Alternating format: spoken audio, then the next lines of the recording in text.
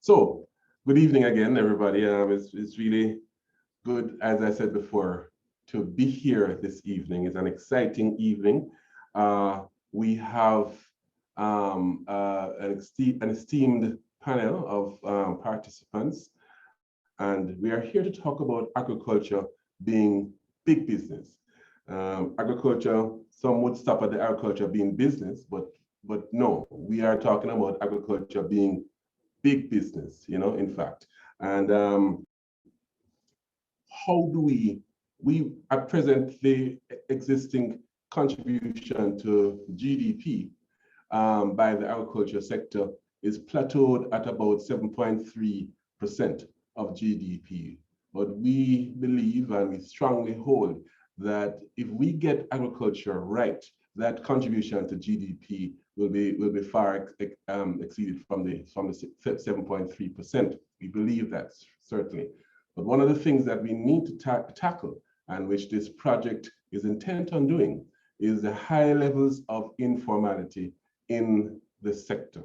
Yeah, this project and this whole drive of ours and the ministries and the ILO is really about how it is that we move to a space of formalization of our agricultural entrepreneurs. Yeah, so we're going to have a robust discussion this evening. I want to acknowledge, before I invite Ms. V to give opening remarks, I want to acknowledge our ministers, Minister Floyd, Minister of Agriculture and Fisheries, and Minister of State in the Ministry of Industry, Investment and Commerce, Dr. Norman Dunn. I will introduce as well Russell Melville. He is the National Project Coordinator for this project from ILO. It's really good to be here this afternoon. We're going to have an excellent session, I know. So without further ado, I would like to introduce our CEO of Jamaica Business Development Corporation, Ms. Valerie Vieira, to bring opening remarks. Ms. V, your turn.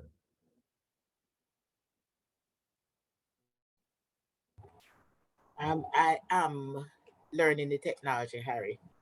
Thank you very much. I almost felt I should be introduced as a marriage counselor or something, because we just absolutely putting people and persons together in these fabulous marriages. But I think this evening has some big messages for all of us. First of all, we normally produce our dialogue in print form, and we would have also done that quarterly. Now, with the circumstances, we had to change our approach, but I think it's for a good thing, because with social distances and lockdown, etc., and because JBDC really want to keep that strong connectivity with our entrepreneurs and our other stakeholders, I think this is just a fabulous alternative to the printed document. And I want to say also that it's not regularly that you have two ministers in any one place. So we're just over the top that we have our two vibrant ministers with us. Mr. Floyd Green, Honorable Minister Floyd, who has been with us along, treading the road for a long time, and Honorable Norman Dunn. And I must say, Minister Green, that Minister Dunn has been a great support for us from day one, and it continues. And we want to say big thanks to both of them for making themselves available to share this afternoon on what we think is a big occasion. Now, the fact is also that is another message that says our farmers are a critical part of our whole process of economic development. And our small farmers, and I'm sure if we were collecting data, especially from the informal farmers, that contribution to GDP would definitely be enhanced. And this is what we're really pushing for, to get our small farmers who we want to start seeing themselves as business persons, as real entrepreneurs, that they become a part of the formal system. And this means that they're going to be opening a lot of opportunities for benefits that they are now locked out of. So we are definitely on a roll. And I know Team JBDC is excited about getting this project moving, and moving also from project to program, because that's a big part of what we're pushing. We move from project. We're starting with 100 participants, but we're moving to being a program. So it's a wider thing we're looking at, and we know that we'll get the support that we need to really move in that direction. And this, we're working on a head thing to, head space to say, I am a business person. And as we say, from crop to catch, it's not about this crop, like we have the tomatoes now all around us. It's about the next crop and the next crop and the next crop. And same thing with the catch. So it's a fulsome program. And we are happy to be the marriage broker, the national network broker, right at the middle, bringing all the stakeholders together.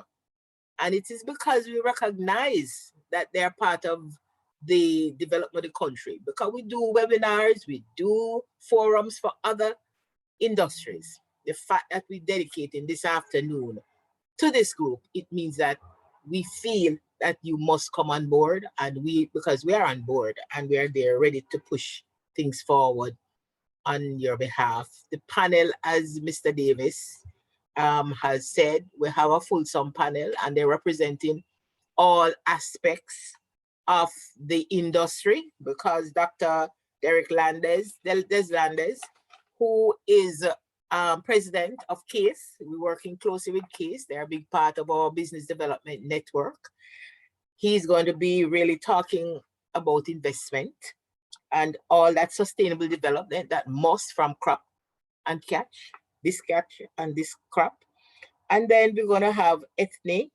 Ethne is one of our good supporters, and she is really representing a group that we're focusing as well on our women participating. They have been there, they have just not been recognized, and I'm sure Ethne will wax well on that. And I'm not leaving out Kira, but she's part of my team, so I've pushed her for my last comment.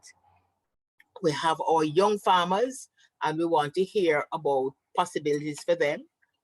And we just know that we have rather another important component contributor to the development. But what is important for me? We have all elements, the young farmers, the female farmers, the women, and we have our men at the table this evening. So we have everybody so the discussion should be lively. And I really don't want it to be lectures. We want it to be very robust discussion, because we're going to have a segment for question and answers. And I really am over the top with excitement about what we're starting and where we are going to go to. So I'm looking forward to hearing. I'm looking forward to Kira talking about our business approach and the office of the farmer. You have to be doing some of the work about making sure you structure your business for sustainable development, and making sure that your efforts go beyond this crop and goes into that one and the other one. So I'm excited, and Team JBDC is right here, and I know that we have the support of all the stakeholders, including the financial institutions. I know, Mr. Davis, we need to make one comment that we keep forgetting. I am going to mention specifically the MSME division in our Ministry of Industry and Commerce, Aral Shah and his team, because they have been a big part of ensuring that the project goes through the process. So Mr. Shaw will stop being dissatisfied that they are not recognized, because I'm fully recognizing your contribution and the team's contribution to the work we're going to be doing on this project. So let us move from crop and catch to fulsome business, and that we will really make a big mark with this sector. I think we have the support, and we need to make sure we utilize it very efficiently and effectively going forward. So that's from me. I'm sitting here and I'm going to be listening and trying to maintain my cool because I'm so excited about it. So I'm putting it back to Mr. Davis, who is a much calmer person than myself and who will manage it with a steady hand. Yeah, thank you, Ms. V. Thanks, everybody. Yes. Thank you, Ms. V, for those words and the enthusiasm that Ms. V shows and speaks to each time really is emanated throughout the entire organization of JBDC. We are, in fact, quite excited about what the possibilities of this program will bring. We really are. We believe that when we speak about MSME development, we really are speaking about all our MSMEs in all our sectors, wherever the opportunities are. So we really are excited about that. It brings me real pleasure to introduce Ms. Melville, who is our representative or project coordinator, national project coordinator for this project. And ILO, for those who don't know, is International Labour Organization, and they have provided the fuel for the tank for this particular project, which we hope will become a program. So we invite Ms. Melville to bring her remarks at this time. Thank you, Mr. Davis. Even though I know there was some observation of the formalities, I want at this time as well to acknowledge the Honorable Floyd Green, Minister of Agriculture and Fisheries, Honorable Dr. Norman Dunn, Minister of State in the Ministry of Industry, Investment and Commerce, as well as my fellow distinguished panelists, Dr. Derek Deslandes, Mr. Barnaby, Ms. Walters, Mr. Young, and of course, Ms. Miller-Simpson, and of course to the ladies and gentlemen who are also participating in today's forum. It really is a pleasure to bring greetings on behalf of the director and colleagues at the International Labour Organization's Decent Work Team and Office for the Caribbean. As some of you may already be aware, they recently launched a JBDC program for formalizing operators in the Jamaican agricultural and fisheries sectors is actually one of the major components within a much wider ILO-supported project, which is aiming to advance the processes of the transition to formality in the household services, agriculture, and fisheries sectors in Jamaica.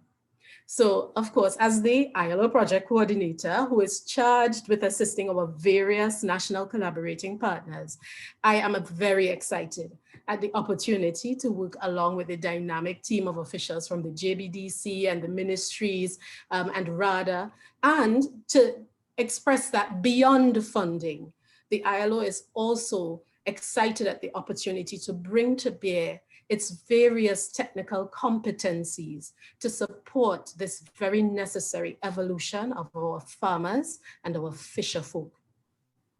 So just, to give us a little bit of context, the ILO is the only tripartite UN agency that has representation from governments, workers, and employers. And we have the intrinsic mission to advance social justice and to promote decent work for everyone, for all persons, regardless of where they are. And in fact, the 4 pillars of the ILO's decent work agenda, which are social dialogue, social protection, human rights at work, and of course, employment, those are seen as indispensable for sustainable development. And I'm very serious when I say indispensable, because they are embodied in Sustainable Development Goal, SDG 8, which of course focuses on decent work and economic growth. What this translates into is a long-standing commitment to partner with our member states and to support their efforts to give life to their development-oriented policies, those policies that support their productive activities, those are policies that support the creation of decent jobs, jobs that pay pay fair wages, jobs that offer security, jobs that offer dignity, that persons can execute with dignity. These are policies that foster entrepreneurship and innovation. And of course, especially in these times, these are policies which encourage registration, formalization, and ultimately the growth of micro, small, and medium enterprises, regardless of the sectors that they are in. So, in fact, I just wanted to share that there is, through the ILO recommendation number 204, I think, which was acceded to in 2015, that recommendation 204 focuses on the transition from the informal to the formal economy. And that is actually an important global legal agreement on the actions that must be taken by our member countries to ensure inclusive development. So I know that in the third month of 2021, it might already be cliche to say that, you know, the current COVID-19 pandemic has served as a catalyst for even more urgent action. We've all had a front row view. We've all lived and experienced the devastating impact that, you know, the public health measures that the pandemic, the public health measures that we've taken to respond to the pandemic are actually having on jobs and livelihoods. And those persons and businesses that are operating outside of the formal economy, those persons and entities that are not registered, that are not banked, that don't have social protections or insurance, those are the ones feeling the worst effects. Now, to bring it home a little bit more, and this is actually one of the bases for the ILO's project, the fact is there are over about 45,000 female domestic workers and approximately another 200,000 fisherfolk and farmers who are unregistered or currently in informal work.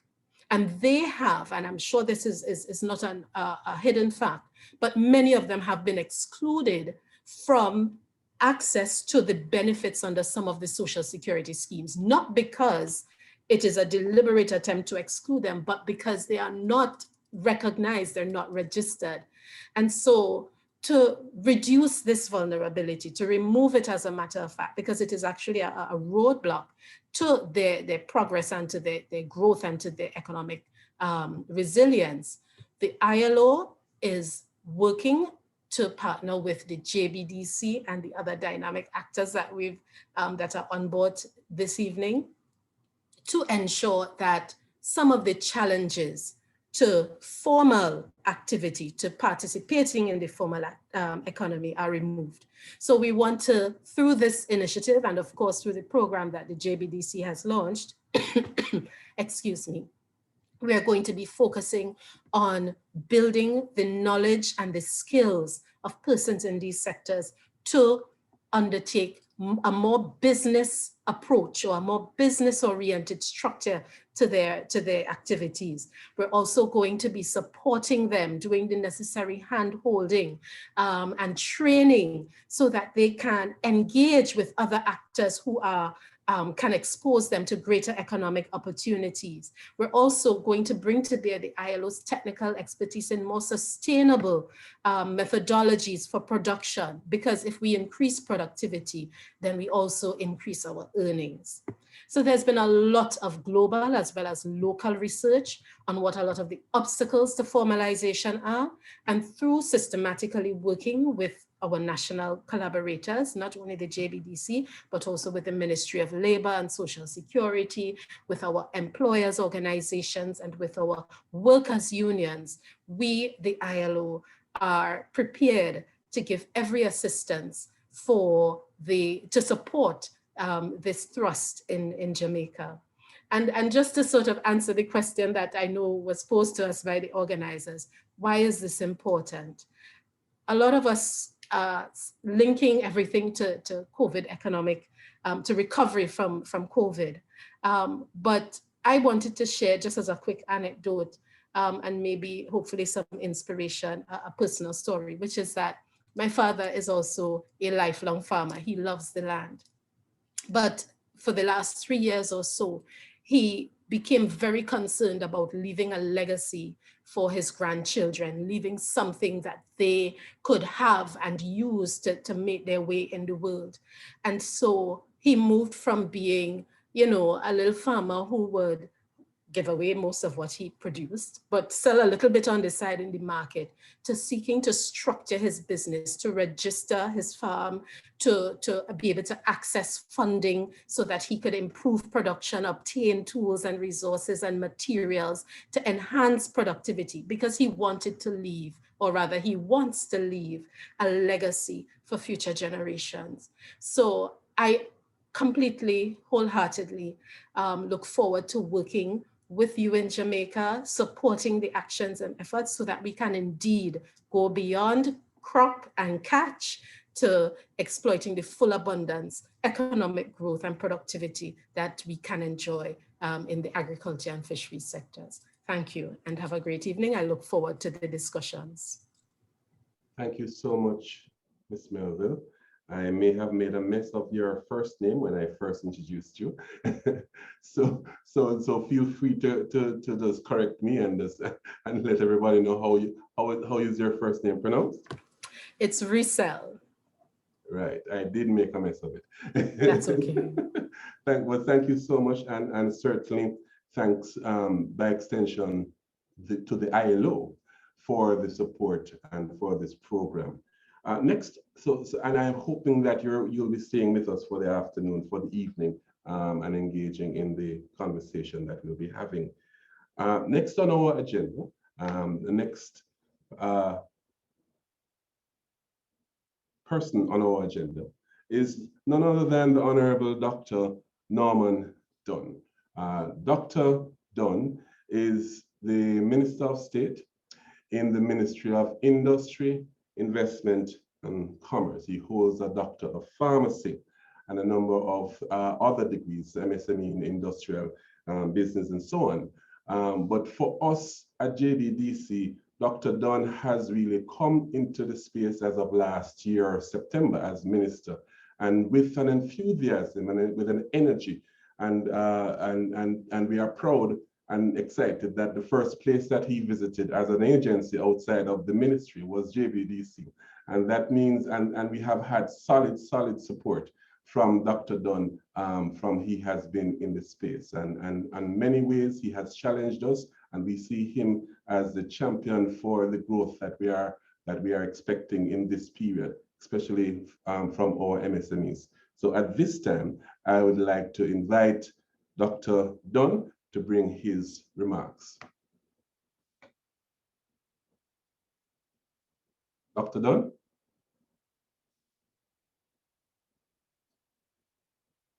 Are you hearing me now? I'm hearing you now. Are you seeing me as well? Yes, we are seeing you. Okay, great. Good evening, everyone. Good evening, Minister Green, Resell, my dear friend, Miss Valerie Vieira, of course, our chairman, other distinguished persons who are on the platform, as well as those participating in this afternoon's event beyond crop and cash. And Ms. Vera, I want to tell you, thank you very much for the comments you made, as well as that of Harold. As you can see, I'm a very enthusiastic person, and I approach my task with what our former illustrious Prime Minister said, with vim and vigor. And if you guys can tell us who that Prime Minister is, then I'm sure you all know exactly who that was. Now, I also heard, and Harold in his introduction mentioned that I'm a pharmacist. But I want to say here, Minister Green, that Minister Green knows, as well as other participants, that I'm actually a farmer at heart. And I went to Dental, which everybody knows is a farming school, and that's what I did for 4 years, agriculture. But not only that, I mean, I remember when I was asked what I wanted to be in life, I told persons I wanted to be a farmer.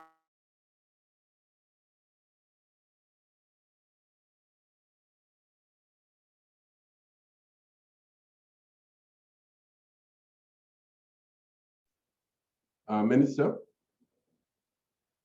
I wanted to bring those things to the fore to say that I am at heart a farmer, and I love farming the land. I remember when I just finished high school and I could not get a job, I started rearing chickens, and I guess trying to practice what I learned at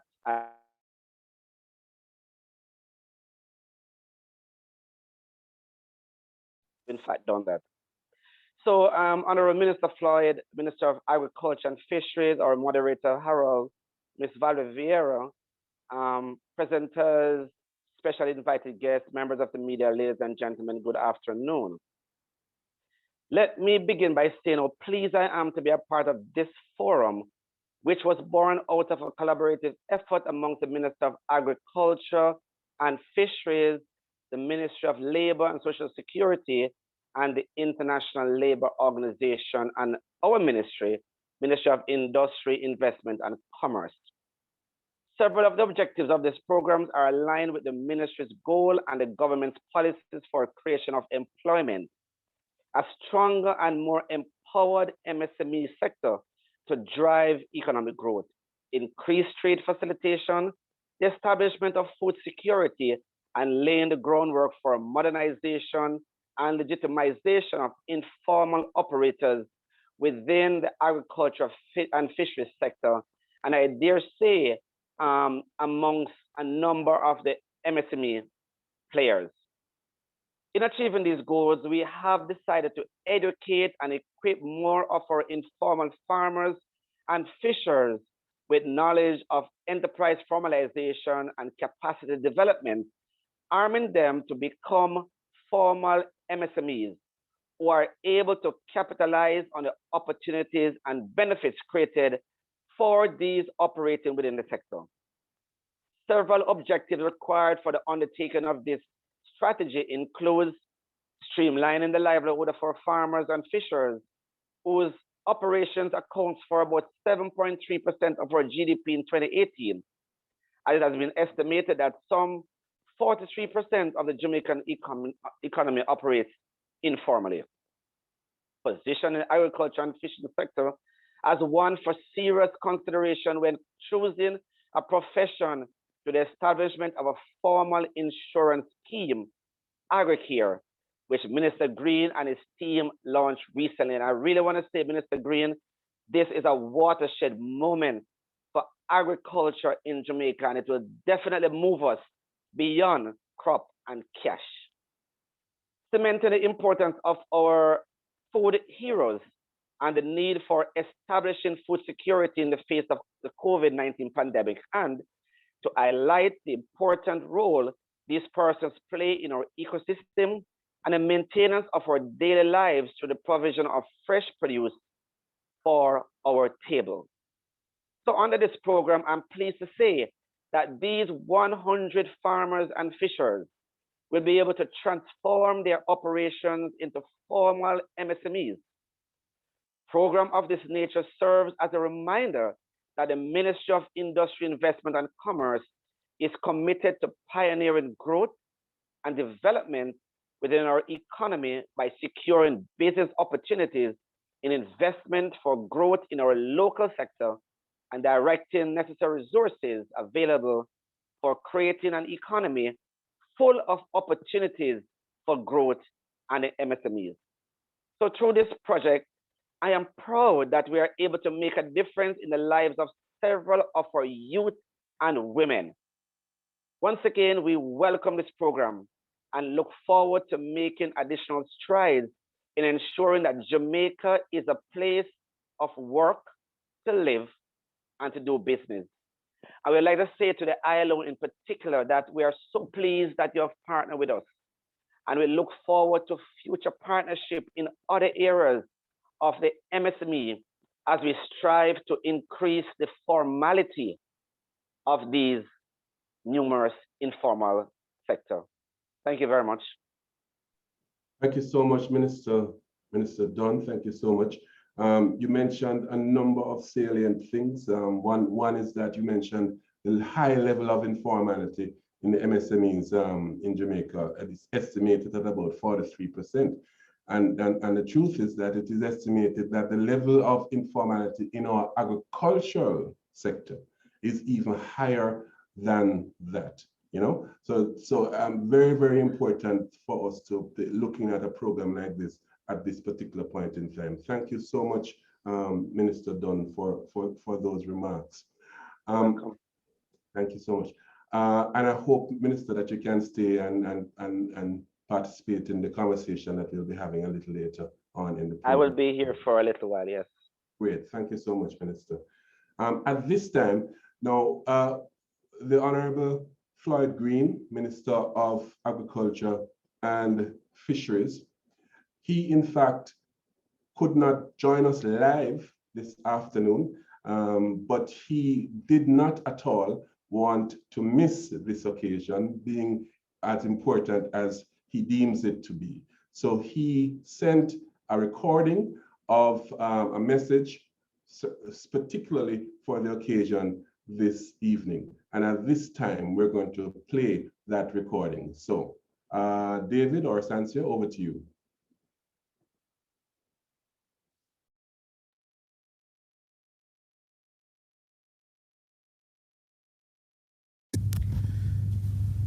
The Honorable Dr. Norman Dunn, Minister of State in the Ministry of Industry, Investment and Commerce, Lady Valerie Vieira, our Chief Executive Officer of the Jamaica Business Development Corporation, Mr. Harold Davis, our Deputy CEO, and all the members of the JBDC team, Rizal Melville, our National Project Coordinator for the International Labour Organization, other specially invited guests, other panelists, members of the media, and know a full team from RADA is also on board with this project. Ladies and gentlemen, good day. Today is a very good day in our country's history. I mean, 1 year ago, our entire world and our local reality was significantly shifted with the announcement of the first case of COVID-19. And today, 1 year to the day, we have seen a number of Jamaicans, our healthcare professionals, some of our former government officials getting vaccinated. And I think for all of us is a day that brings hope. And what better way to end the day that has been so hopeful than speaking about the heartbeat of our country, of our nation, agriculture. So it is indeed a very great pleasure for me to be here to share in this business dialogue forum where we highlight that agriculture is big business beyond crop and catch. Let me firstly thank the International Labour Organization for their support in this formalizing operators in the Jamaican agricultural and fisheries sector project, as well as commend our Jamaica Business Development Corporation and RADA, who are spearheading the efforts towards implementation and the important education drive, which will happen over the next few months. This is critical, this is essential, this is so important because agriculture is the biggest employer in the world. Let that sink in. And the FAO has said that there is tremendous untapped potential in relation to the employment opportunities in agriculture and beyond. So agriculture is in fact big business, and oftentimes we say that, but do we really appreciate that? Do we understand that? Do we know that even in Jamaica, where oftentimes we speak of agriculture as a second-class profession, that agriculture and fisheries is in fact big business, but sometimes we've been so cultured that we fail to make the connections between even some of our companies that are doing extraordinarily well and the fact that those companies largely started out as agri-based enterprises. I mean, let us take Grace Kennedy, GK Group, in the midst of a pandemic, they unveiled that they made $6.9 billion in profit, $115 billion in revenue. And yes, of course, Grace Kennedy does a lot of other things now, but they started out and still have a huge agricultural base and agricultural portfolio. Separate, another agri-based company known for milk and products like Suppligen. In this pandemic, Separate made profit of $3.9 billion. I could go on. JP, known for their bananas and pineapples and banana chips. From their food division, $774 million in profit in 2019. So when we say agriculture is big business, agriculture is in fact big business. And what about our fisheries sector? 2019, our fisheries sector contributed $6.2 billion to the country's GDP. We sell our locally caught lobster and conch to all parts of the world. In fact, last year we were able to ink a deal with China to export frozen and live lobster from Jamaica to China. And I've gone through all of this because we say, but I'm not sure we connect, that agriculture is in fact big business. And that is why this project to formalize our agricultural sector is so critical. This drive by the ILO and by JBDC to ensure that we are moving our agricultural players from informality into the formal space is essential. And the targeted 100 participants will be critical to all we want to do in relation to agriculture. We are looking at the Ministry of Agriculture and Fisheries to change our approach to agriculture, to change our approach to fisheries, to focus on a market-driven, research-based, sustainable sector. But we can't do that unless every single player approaches their path as a business.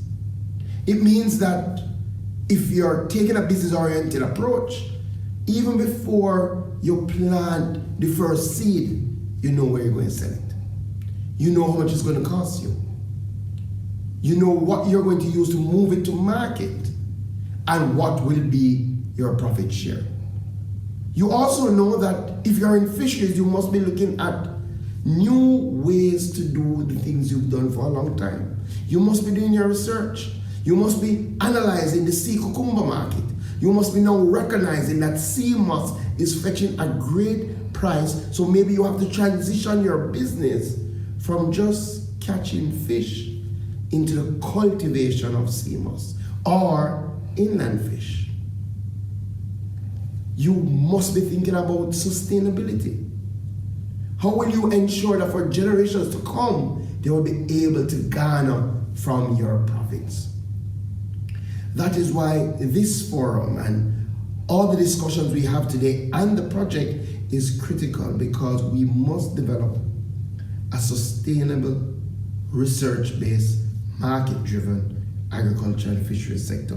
But formalization is also important because at the end of the day, we have to be able to have our farmers and fishers access essential services. You can't build business without access to capital. And 90% of the big businesses are built on borrowed capital. And we need to see more of our farmers and fishers be able to walk into our financial institutions and get those loans so that they can drive their business forward.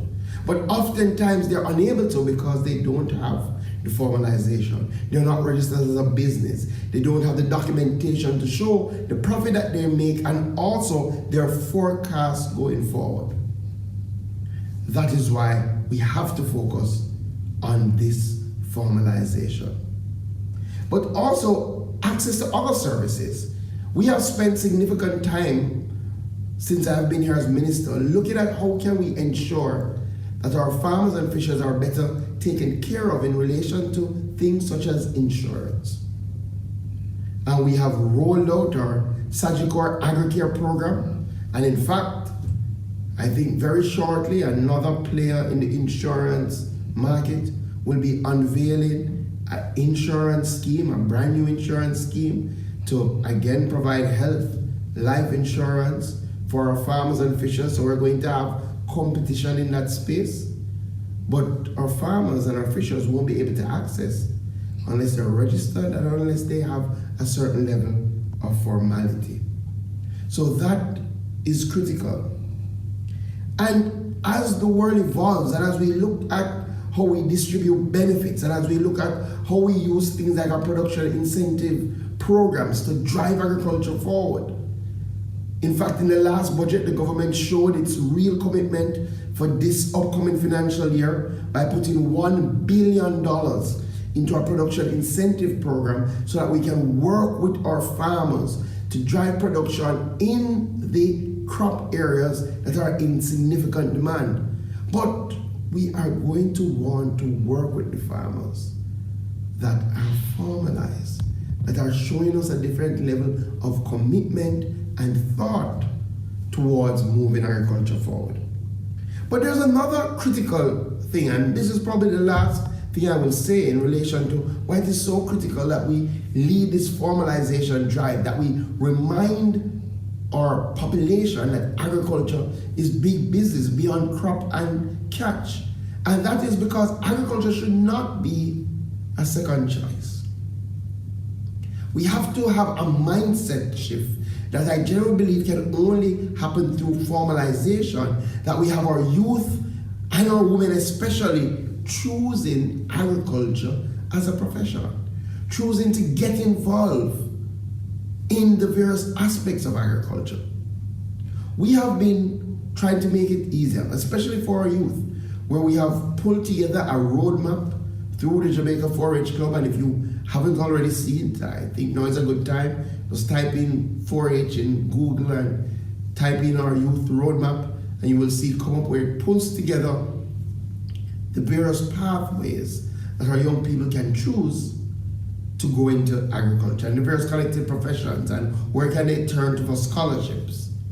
And we are bolstering that by ensuring that as a policy, 20% of government agricultural land is going to youth on a preferential basis. Only youth can access it.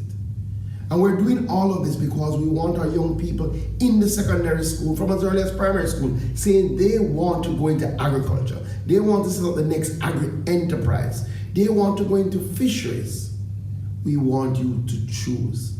And also with our women, a lot of women, in fact, at least 30% of our agricultural workforce is women. But we want to share more of their stories. That's why we would have just launched our Agriculture in Bloom program to tell our women who are not in agriculture about some of the great things happening by women in agriculture. And we'll be doing more workshops, we'll be setting up dedicated programs to help our women along that journey. So for me, this drive to formalization is also a drive to remove some of the stigma attached with agriculture and to rivet in the minds of this generation that agriculture is in fact big business. So I look forward to the program. I look forward to dialogues of this nature.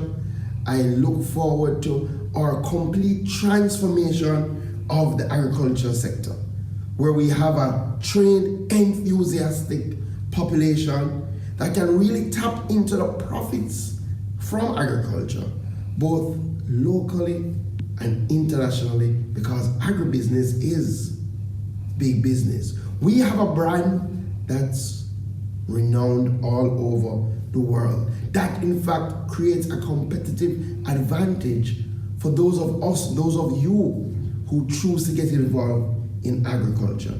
And now we have to move forward to step out of the dark of informality and to come and take our rightful place as the food heroes who will bring prosperity to our country.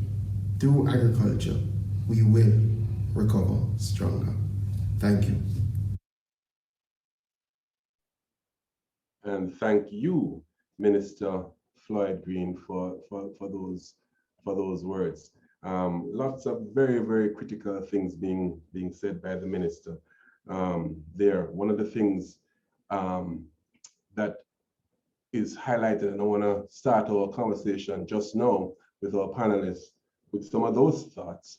And a few years ago, I heard from Miss Dr. Blake from 4-H Club that the average age of the farmer was moving from 60 plus down to 48 years old. Now, that is, even at 48, you recognize that it's still high, and we have to create the opportunities, of course, and make it attractive, make it sexy for our young persons to want to participate. And yes, 30% of the folk, the farmers, the agricultural entrepreneurs that are registered by RADA, 161,000 registered farmers by RADA, 30% are indeed women. And they are doing very, very well, that 30%. So I want to open my conversation now with our panelists. And let me introduce all our panelists again. Ms. V had mentioned them, but I want to just introduce them again because we're going to engage in conversation just now. Dr. Derek Deslandes, who is the president of the College of Agriculture, Science and Education. And Dr. Deslandes has many years of experience in agriculture, not only from the educational side, but certainly from looking at investment structures and looking at investment wins and so on, as a representative of the task force that looked at the linkages related to tourism and so on. So Derek has a huge amount of experience where agricultural development strategies are concerned. Our own Kira Walters, who has many years and many years of passion of business development service to the small businesses, being our assistant manager in our business advisory services department here at JBDC. And Kira brings a perspective representing JBDC as to the business of agriculture and what does that look like? What does a business model for agricultural success look like? Then we have Vaughn Barnaby, who is the Senior Director for Strategic Planning, Performance and Project Management at RADA. And Vaughn would have seen firsthand the transformation that is going on, or that is embarked on by RADA to transform the sector itself. And he has been with RADA for a little while. And in particular, I want Vaughn to talk about the whole business of the youth in agriculture. How do we get that? What's the significance of that for the longevity and the growth of the sector? Ethne Miller-Simpson. And Ethne, as Ms. V said earlier, is a friend of JBDC. And Ethne is the Chief Growth Officer and CEO of Zingari International. I hope I pronounced that correctly, Ethne. You'll correct me when I ask you to speak as well. And from the perspective of a woman in agriculture, what does it mean, really? And what does it mean to the sector to have the involvement of successful women in agriculture? What are some of the barriers, perhaps, for entry, perceived or otherwise, for women in agriculture, certainly? Then we have Damian Young, who is the Chief Executive Officer for Homegrown Produce. Now, Homegrown Produce, and he'll tell you a little bit more when he speaks, is a retailer of agricultural products to the market, specializing in a number of crops and items and so on. But without that part of the value chain to complete it, then the industry's growth would be stymied as well. So we welcome our panelists, and I would ask to open the conversation with my friend Derek Deslandis. Talk to us about your perspective on the agriculture being big business, but particularly from the standpoint of how it is that we create sustainable and investment ready kind of enterprises. What are some of the trends in agricultural development that will drive businesses to be appropriately positioned as good investment candidates for an agricultural business from your experience? Derek, what are your thoughts? Thank you, Harold. And let me just say a warm welcome to the ministers and all the other panelists. I will start by speaking, and by the way, I'm actually in my vehicle above me. I'll first talk about why agriculture is big business. You have any roof light? Yes. Some of the largest, is that better? Yes, that's better. Some of the largest businesses in the world are agriculture businesses. In fact, certainly some of the largest businesses in Jamaica are agri-businesses. So let's take a couple of them. I was typing in the chat in the question and answer that both Jamaica producers and True Juice this year, the last year, have produced more than 1 million pounds of pineapple each, which they have made available to the fresh market. And in fact, part of the program that RADA Case has embarked on is to expand the production of pineapples across the country, and then to drive the production of purees, because we recognize that in order to move into the purees and into the value added, you need to have a consistent source of raw material supply. So pineapple is one example. If one takes chickens, Jamaica produces 125,000 kgs of 125,000 kgs of chicken meat. 120 million, kgs of chicken meat, because Jamaica is a predominantly chicken eating country, and that is broken out into roughly 40% small farmers, and between two large firms, 60%. So in effect, we can share a lot of examples about big business, but the challenge that we have, how do you create that business? How do you make that business sustainable? And the first thing, that people have to recognize is understand, as the minister spoke earlier, where are your markets? You can only be sustainable if you're able to produce consistently to a market. Now, I've often said that markets and marketing are not really Jamaica's big problems, because markets are available. One of the things that we have not have the ability to do consistently is produce to the needs of the market. So we tend to fall short sometimes. Sometimes we overproduce, sometimes we underproduce.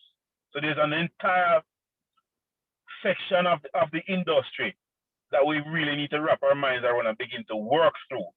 For example, how do you preserve what is produced? Today, for example, I was on a webinar out of Israel, the Volcanic Institute, and one of the presenters was speaking to the very issue: how do you preserve what we produce?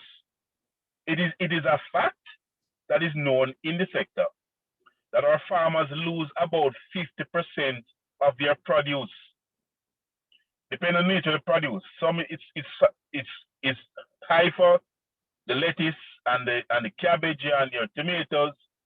It is a little lower for other crops, but the average is roughly 35–40%. In other words, a significant percent of what the Jamaican farmers produce is actually lost.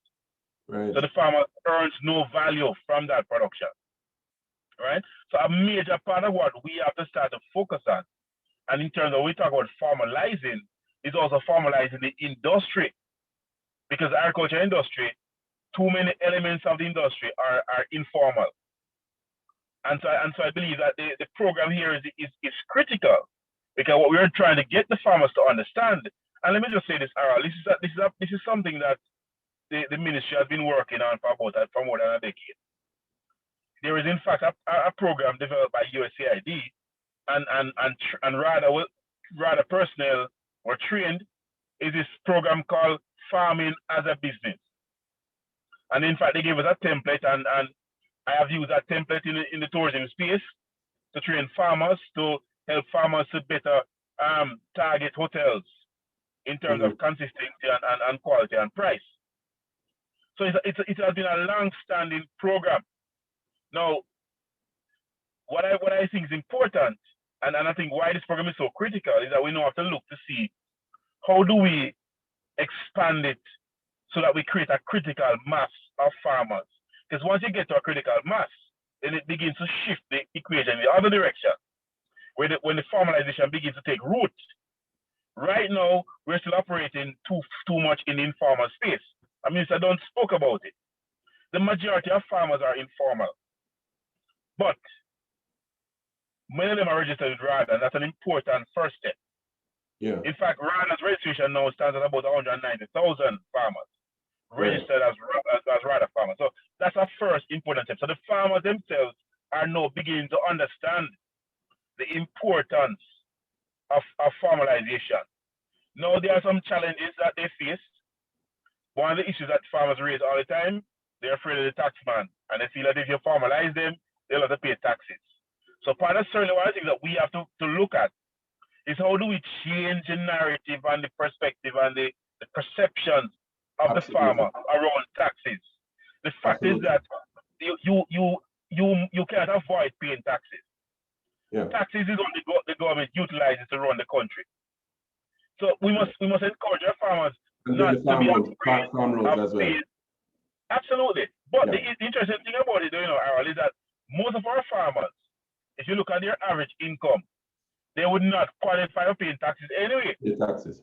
All right, Derek, let me leave it right there. Let me leave it right there for now and come back to you in terms of the conversation. I want to jump over to Vaughn from RADA because you have in a way have a front seat kind of perspective, or should, as RADA, have a front seat kind of perspective as to the development of the sector and also the barriers for development of the sector.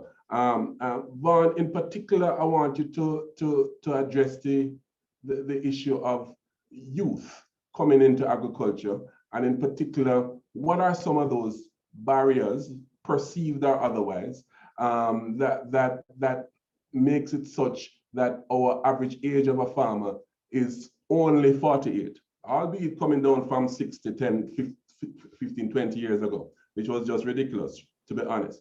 But Vaughn, from your perspective, what are some of the specific things that a RADA would be seeing, having a front seat kind of view, and what is your thought as to some of the things that we need to focus on as we talk about agriculture being big businesses and shifting the mindset of the entire industry? Vaughn? Thank you, Harold. Greetings to the fellow panelists and the board ministers and CEO for JBDC. All right, so one of the things that we first have to recognize is that if we're going to be looking at young farmers, we have to understand that age group, 30 to 18 to 30. Regularly miss me because I'm 31, right? Sorry. Which just makes it my age. right. Go ahead. That demographic, we have to understand it. When you look at those millennials, they are very adaptive to the technology. They gravitate toward technology.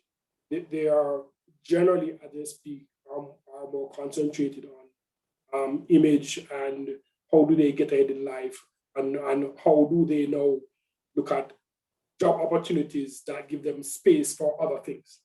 So if we're going to be repackaging agriculture, so to speak, we have to repackage agriculture to look at what are their interests.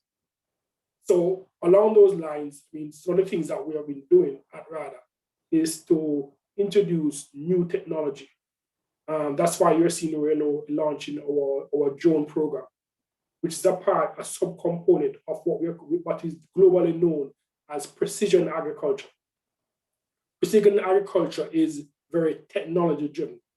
What that means is that from a satellite perspective, we can actually grade a farm down to square meters and have overlaid that the soil profile with the different plants to know what is happening at a specific level within that farm. So that all that now is driving the increase in productivity for not only yield productivity, but the efficiency of use of time and use of inputs into that farm. So you're using less inputs more efficiently to drive higher yields and higher profitability. And those are the kind of technologies that we are looking to drive in this sector. Another side of that would be the greenhouse, a lot of persons are familiar with, which is a broader scope of protective agriculture, which not only looks at the greenhouses that we're now seeing, but looking at hoop covers, road tunnels, high tunnels, and those kind of things that farmers, we're encouraging farmers to actually use. So instead of just planting in the open field, you're now using technologies like greenhouse and protective agriculture, hydroponics, to drive the agriculture, becoming more effective, more efficient, and having that higher quality, more consistent quality of your produce in the marketplace, similar to what Dr. Deslanis was talking about, getting into that marketplace. It is very important that the farmers are getting that consistent quality into the marketplace, because only that way can you have that from greenhouses to augment that consistency of quality. You know, so those are some of the things that we are driving person towards. As to some of the barriers to get in, a lot of our farmers that we interact with, their main first and complaint is always access to capital.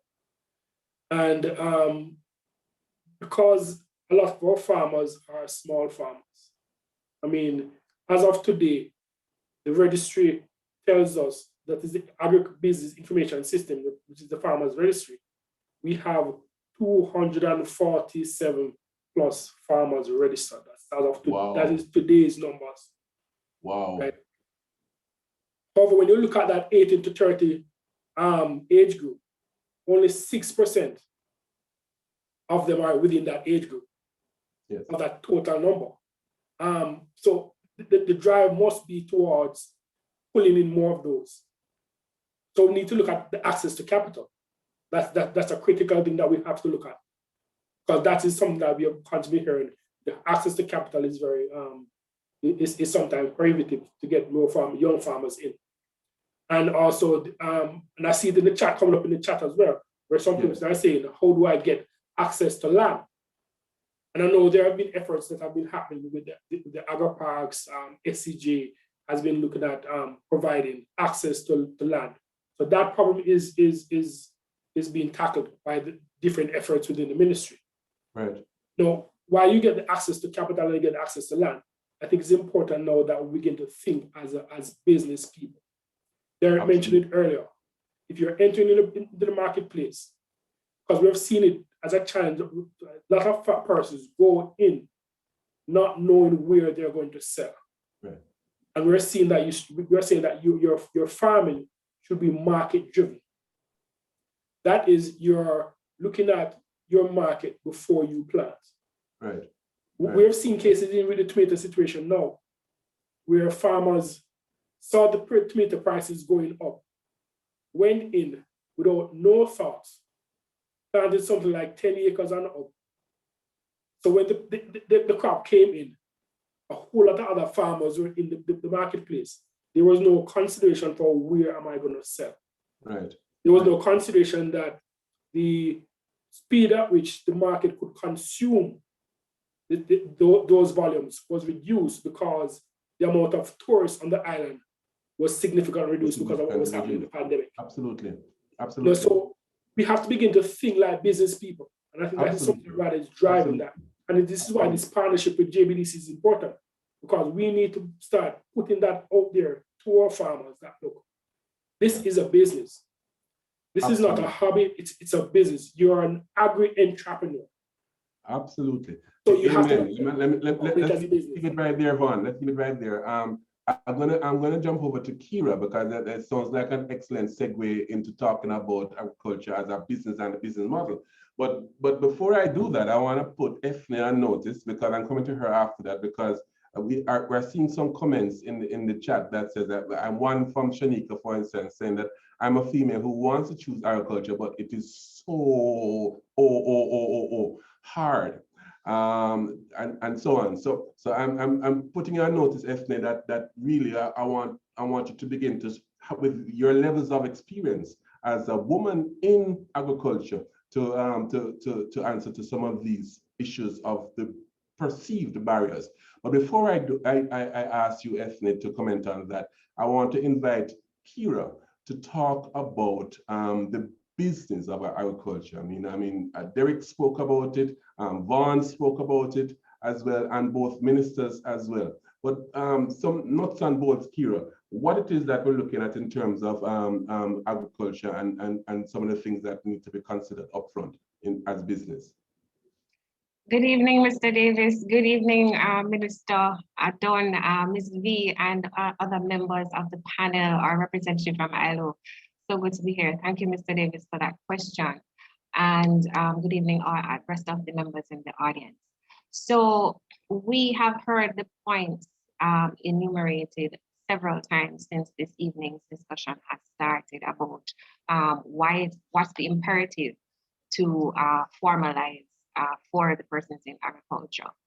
And when we're talking about the business model, you talk about the business model, Mr. Davis, I want to just raise a response that I received today when I asked someone who was inquiring about this very project that we launched recently. And I had asked, she'd asked me if it is that she thinks the project is something that she could benefit from. And I asked her, what are the issues that you are having as it relates to formalization? Because this is someone who has already invested over $5 million into an egg farm. It's a female entrepreneur. She said, invested, she has the land, she has built up the resources and so on. And she says, you know, I've been doing this for around 5 years now, and I am still concerned about tax compliance. I still don't know how to do that. It frightens me. I still have an issue with managing my financial records. I don't know how to do it, and it is getting in the way of me doing the tax compliance thing. And it also affects my ability to access funding to grow my business. And this is someone who is educated, has graduate degrees. And she also mentioned something more specific to the activities of agriculture, which is she operates in a volatile space. We all know about in agriculture, there's a glut, this demand thing with the unpredictable supply of produce. Sometimes there's a glut, sometimes there's a scarcity.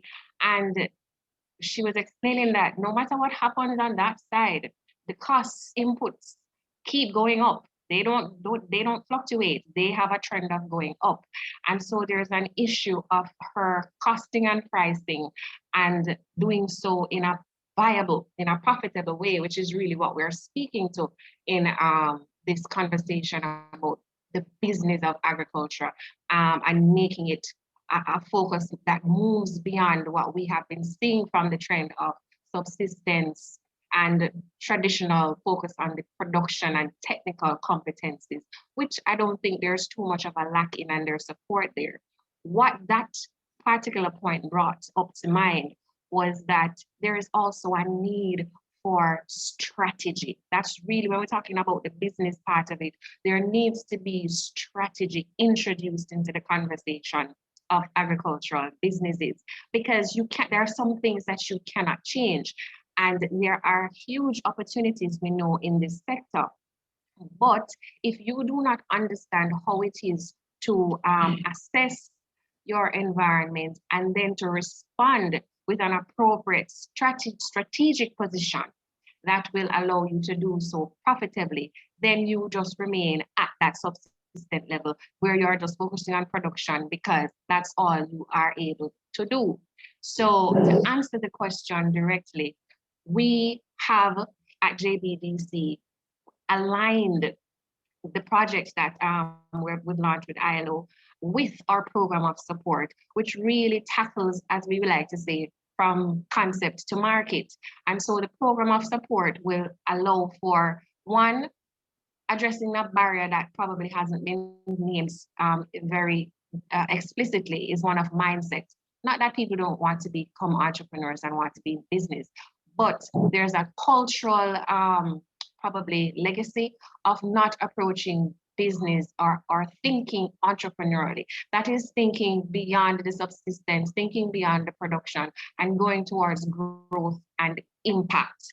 And you start to do this with our programs. We have our beginning program, which focuses on formalization, addresses this mindset by awareness, because we're in the absence of knowledge. That's where fear comes in. That's where the mystery lies, and it causes all of the issues. So we're tackling this by first building awareness.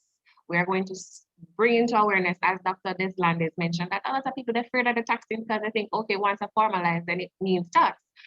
Yes, but there are some criteria that you have to meet before you start to pay the tax, and they don't understand how it affects them, how it's going to really affect them. So we're going to address that. We're going to address all the other areas of compliance that will allow for them to build that solid base to set up and have a product that is fit for market.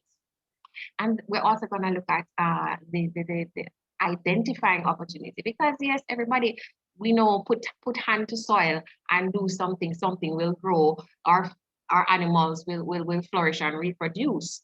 But we're talking about business, so we have to look at opportunity, we have to look at problem, and we have to look at how we're solving those in a business sense.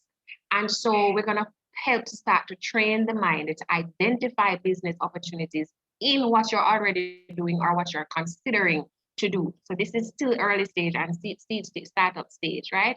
We identify, and then we help to seek to validate these business ideas, these opportunities that you're going to identify. And we get into the meat as we go along the stage of development to look at strategies, crafting strategies that are going to build up strong business models to have the processes and the systems that are going to sustain you and support growth over time. And we're talking about ensuring that, yes, you understand what financial management means. You know how to, you understand the importance of record keeping. You understand how to do it and what the nuances are, because there are some nuances as it relates to agriculture that you will need to factor in, especially for the costing and pricing aspect of things. And looking as we go beyond that to scaling the business, once you put in that infrastructure in place, you now need to look at governance, because again, we're talking about business. We're moving beyond just thinking about planting things to soil and growing animals. We're looking at this entire supply chain. We're getting deeper into how it is, what opportunities exist in this space, in this industry, how it is that you can add value, because we're talking about impact again when we're looking at business. We want impact in your money, in the revenues that you're generating, impact in the solutions, the creative and innovative solutions that you're going to be bringing to market, because that is what entrepreneurship and business is about. So we're going to be stimulating and supporting that kind of mindset and that kind of implementation of approach. And we're looking at governance, we're looking at making sure that you have a leadership and internal team that is going to give you the kind of oversight in order to project into penetrating local market, penetrating regional market, export markets and beyond, because that is where the real impact is. It doesn't happen. You don't just start at big business. You don't start at big business. Every big business, in some sense, had to start, even if they are big, they started at the medium level. And I'm referring to our definition as per the MSME policy here. For us, micro is under anybody earning under $15 million, up to $15 million per annum, right? And that does not speak to a lot. The minister said that agriculture contributes the largest to employment. This means one-man people.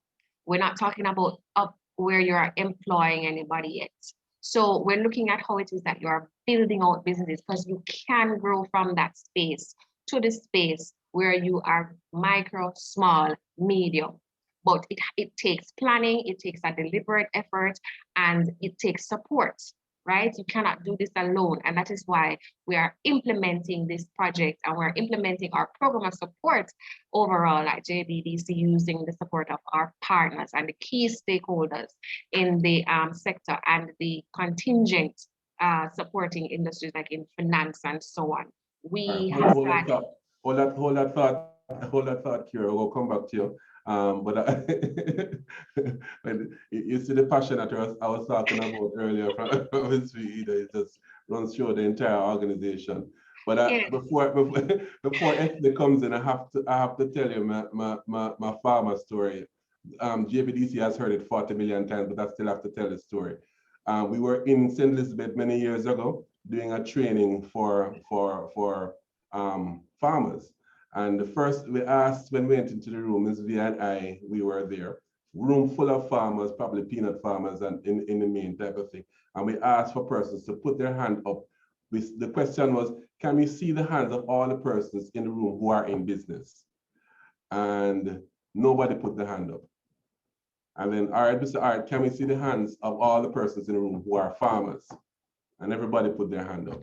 So that whole thing that Kira mentioned about addressing that mindset and understanding that you are in business as a farmer, and that just happens to be your product, farming, is a very important mind shift that we have to make sure that happens with our our agricultural entrepreneurs. Ethne, I'm going to move over to you now, and for you generally to speak on the issue of your perspective of agriculture being big business, but in particular, I would love for you to address the business of women in agriculture.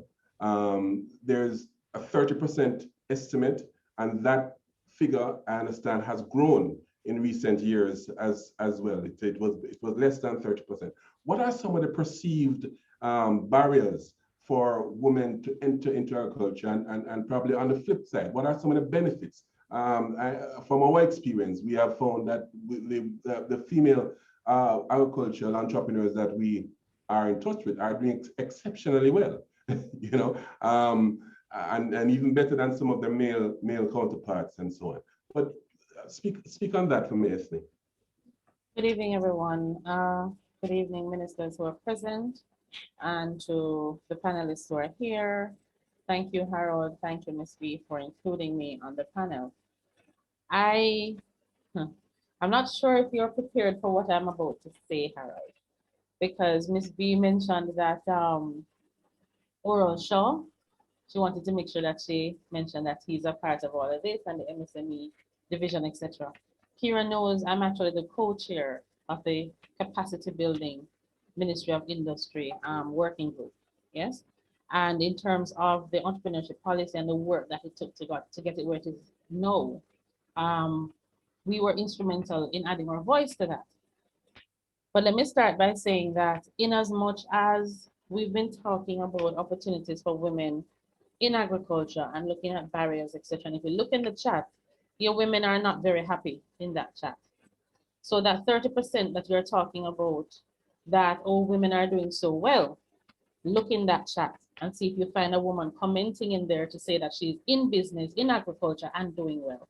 Mm-hmm. I wear another hat, and that when Ms. Melville from the ILO spoke, I was very pleased because I'm a part of the Win-Win campaign, which was rolled out by UN Women in 6 countries, which includes Jamaica, Uruguay, Brazil, Chile, Costa Rica, and I think I'm missing 1 or 2 there. But under that program, we just tabled our report from the women entrepreneurship development activities that we've been doing. And that was spearheaded by Dr. Dunn, Leith Dunn from the University of the West Indies. And we just tabled the report. And in terms of the profile, the framework conditions speak to gender-sensitive legal and regulatory system that advances women's economic empowerment. All of the talk that we're doing right now.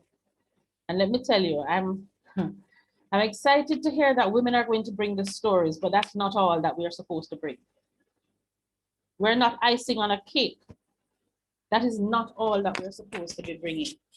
And when you look at the framework that has now been put forward, the conversation around agriculture must be situated within that framework.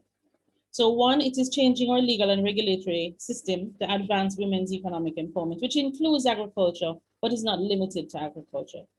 Number two, effective policy leadership and coordination for the promotion of women entrepreneurship development, which includes agriculture, but is not limited to agriculture.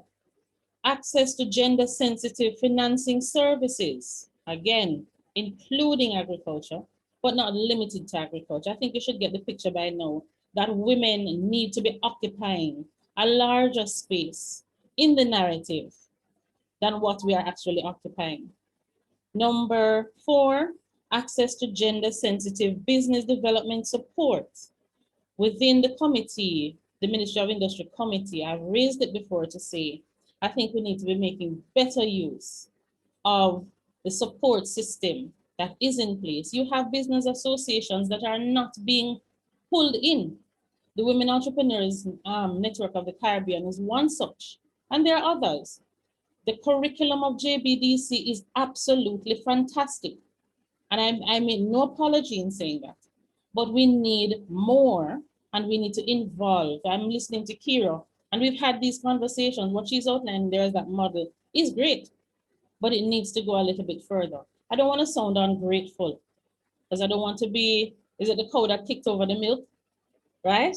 But I want to make the point that it needs to go a little bit further. Look at number 5, access to markets and technology, which is where the Women Entrepreneurs Network, as well as a few others, my personal business, for example, I sat down and got into agriculture. And you'll ask me that question later on and I'll share. It is because my father was an extension officer with the ministry.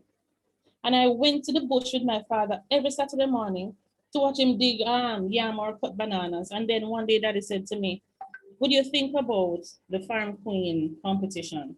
Yes, I joined that. I went into it. I was actually a runner-up for Festival Queen, but I was more interested in the Farm Queen competition. I was Clarendon Farm Queen, and I went to every single JAS meeting.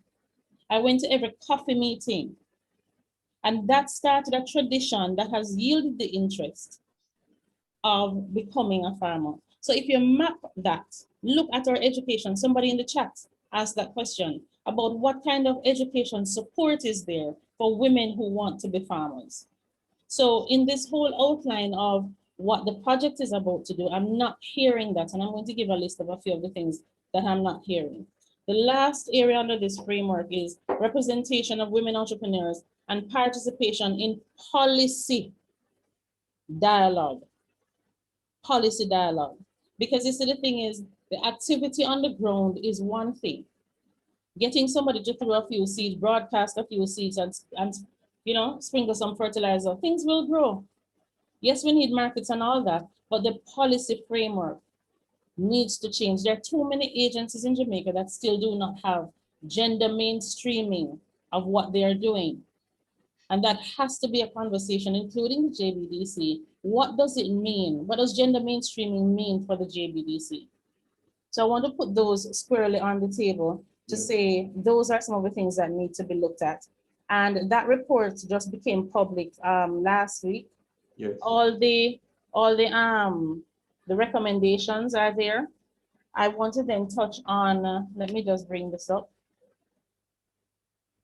Coming out of the discussion since this evening, I actually made some notes here that I want to share, where it concerns some solutions. We all know the issues, and if you take a top-down approach to the issues, because we know the base issues on the ground, so let's look from the top. There needs to be development of the sector that includes low and viable economic growth. There's some of these are challenges rather. Low and viable economic growth, unsustainable debt and weak fiscal management, high unemployment, high prevalence of non-communicable diseases, vulnerability to the effects of climate change, which is why we're talking about greenhouses, etc. If you had any conversation with any farmer after November last year, with all that rain that we had and the loss, how do we deal with the loss that farmers, that farmers actually encounter? environmental degradation, because we can't do this without really looking at sustainability in terms of climate change, crime and increasing threats that came up in the chat as well, to citizen security, not just animals and crops, but citizen security, as well as persistent and extreme poverty and food insecurity. So a few of the solutions I want to put on the table for us to discuss. What percentage of land can women get access to? I don't know if that has been answered since we started. I know we're going to be targeting women farmers as advisors and board members, etc. Make more use of our community-based agri-specific business advisor services. The partnership with RADA is good in terms of managing seed financing for women farmers. What about our nurseries? I remember Minister Green having that conversation to say they're going to be looking at nurseries and where that sits in the whole scheme of things. I also want to put on, well, I mentioned gender mainstreaming already, applied to the agricultural policy and strategy paper and agencies, which are now taking on an enhanced role. And this is a good thing this evening. But let me tell you something, we've been waiting for so long, we want more. By identifying key trends in agriculture in borrowing member countries and the related opportunities for investment, the framework that Kira just outlined needs to include a viable pipeline from start to finish. I totally agree with that. Insurance, the minister has mentioned that we've started that. It doesn't go far enough because you've heard the responses in the media where persons are saying, what about crop loss, right? For example, what is the ROI? If I'm going to be taking up, if I have $500,000 to invest, for argument's sake, or $5 million, how can I identify which crop I could put that money into to support which farmer? This is something that, being a part of Grow Local Caribbean, that supports the e-commerce platform, which is the Carib Shopper platform. We have been raising this with the minister from last year. We sat down, had the conversations, and then we needed to move it forward, and it has not moved forward. The international partnership that we were bringing with the Nigerians is something that was very viable, and we need support. We need support, not just from the government, but also from private sector. We have identified the investors, and then we say to the government, come sit with us and let's have that conversation. We have not been able to have that conversation. So these are things that possibly, Harold, you never heard about before, or they weren't considered before. I'm putting them on the table. Yeah. Some of the key trends in agriculture need to be identified. I heard Dr. Lislandis Derrick outlining a few of them. And the investments need to be focused on promoting growth, yes, reducing poverty, and ensuring sustainability. The positioning of agriculture as an investment sector with viable and favorable ROI can only be done with more complete digitization of the sector. And the digitization of the sector involves the farmers. There's no mention of that and how that is going to be done and which agency is going to undertake that, because rather at this point in time, in its current permutation, I do not think is equipped to carry that out. Changing the narrative, yes? Let me just finish. I want you to leave it there for now, because I mean, the truth is that in this sector as it is a huge work in progress. There are a number of there are a number of initiatives, policy decisions, and so on that needs to go to support the sector to make it. And you have outlined some of them, and not all. There are others as well. I agree. And I too, we were too a part of Leaf's, my good friend, work that she did, and I did see the report that she shared with me earlier this week. I believe it's Monday or something like that. She shared it. She copy is in the chat. Resale just put a copy in the chat. Right. It's a brilliant report, right? And it addresses some real fundamental issues that we need to be talking about, not only about women in agriculture, but women in business in per se. So that's a conversation that is perhaps a subject for an entire business dialogue. You know what I mean? But hold the thought. I want to get to Damien and understand his perspective as well as to where we are. Damien is in the retail side. Damien completes the value chain and that perspective in terms of to market type of thing, and he's one of those at the end of the value chain. Damian, give us just in a few sentences, firstly, a snapshot of your business, and more importantly, how important has the development of agriculture to date been for your business, and how you see it going in terms of moving into real big business from your perspective? Why is it important, the conversation that we're having this evening? Thank you, Mr. Chairman, for the opportunity to speak to your nearly 70 participants, and I suspect also several thousand more when you launch this on Facebook. And I want to live on Facebook now, Damian. Wow, great. Yeah. I want to also greet the other panelists, and as well as Dr. Norman Dunn and Minister Green in his absence. And certainly, I want to say that the information coming from your panelists so far this evening has been very rich. I want to really congratulate JBDC and the ILO for this timely intervention dialogue. It's a very, very worthwhile conversation, primarily because, as you said, I'm a retailer. I represent retail side to the whole business of agriculture. Primarily, we buy perhaps as much as 70% of raw peanuts produced in St. Elizabeth, and maybe as much as 95% of red peas grown in that same parish. A small percentage of sweet potatoes and little yams and so forth. The reality is,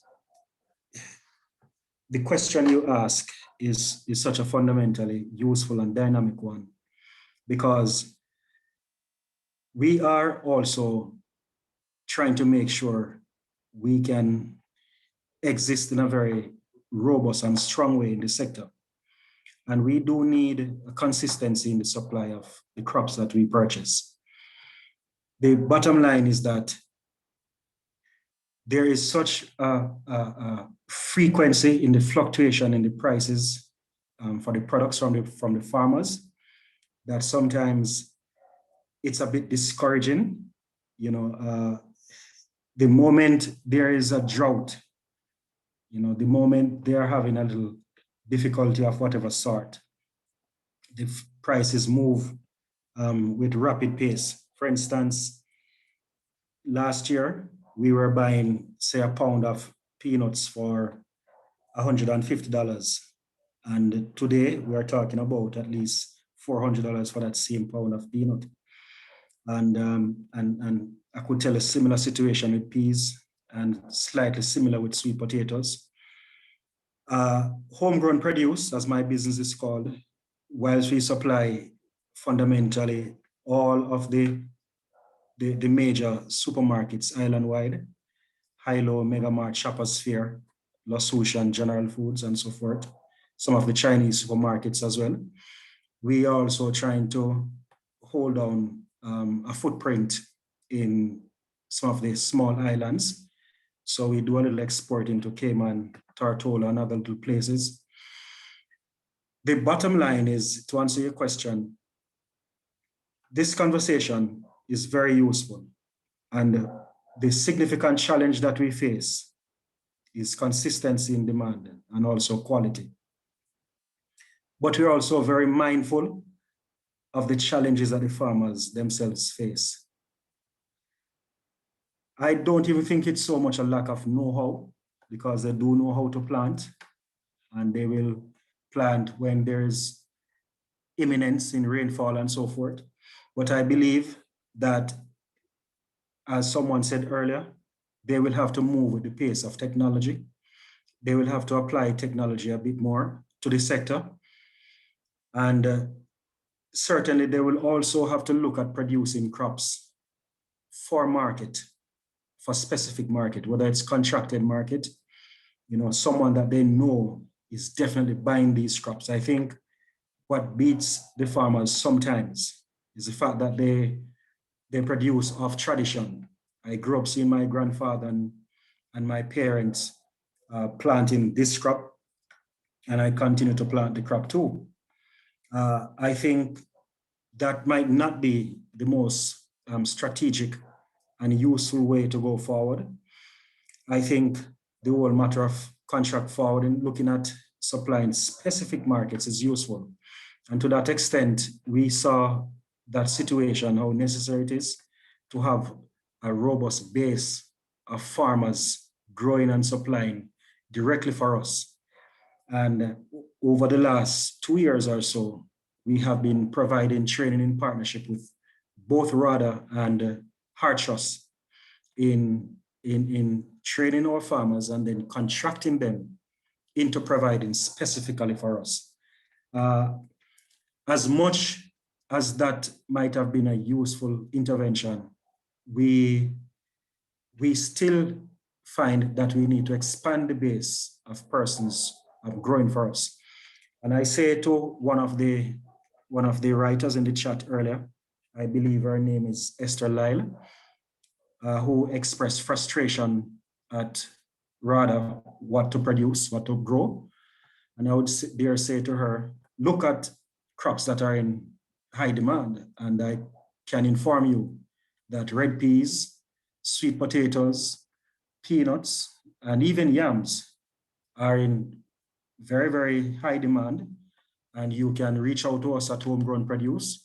We'll be happy to provide you with a contract to grow some of these crops. Thank you.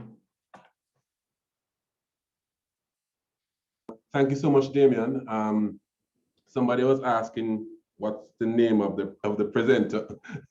His name is Damian Young, and I want to thank all of the panelists for your first thoughts on the moot question this evening about what really it means for agriculture to be big business in reality.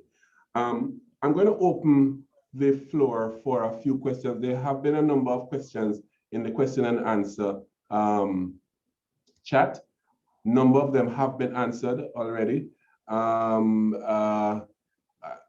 by Dr. Deslandis and the other panelists as well. But I'm going to open up for Sansia, if you can direct me to any specific question that you think that came up in the question and answer that you think we probably could answer in the short space of time that we have. We do have about 15 minutes to go before we wrap. But in the meantime, Sansia, as you look through that. Are you hearing me? I am hearing you, Sansia. Okay, there's a question from Jelani Kid. I don't know if it was addressed earlier, but she's asking, is there any structure that assists young upcoming farmers in designing or upgrading into diversity in farming? Example, hydroponic, aquaponic, and aeroponic farming systems. Okay. Derek, is still on? Could you want to check that one for us? Yeah, well, we have developed hydroponics and aquaponic systems, and we are in fact now putting together. We're trying to make it as practical as possible. We're trying to develop a certification program for farmers in the area, and we are now actually modifying our system now to become more competitive and also to produce more for the same unit of land.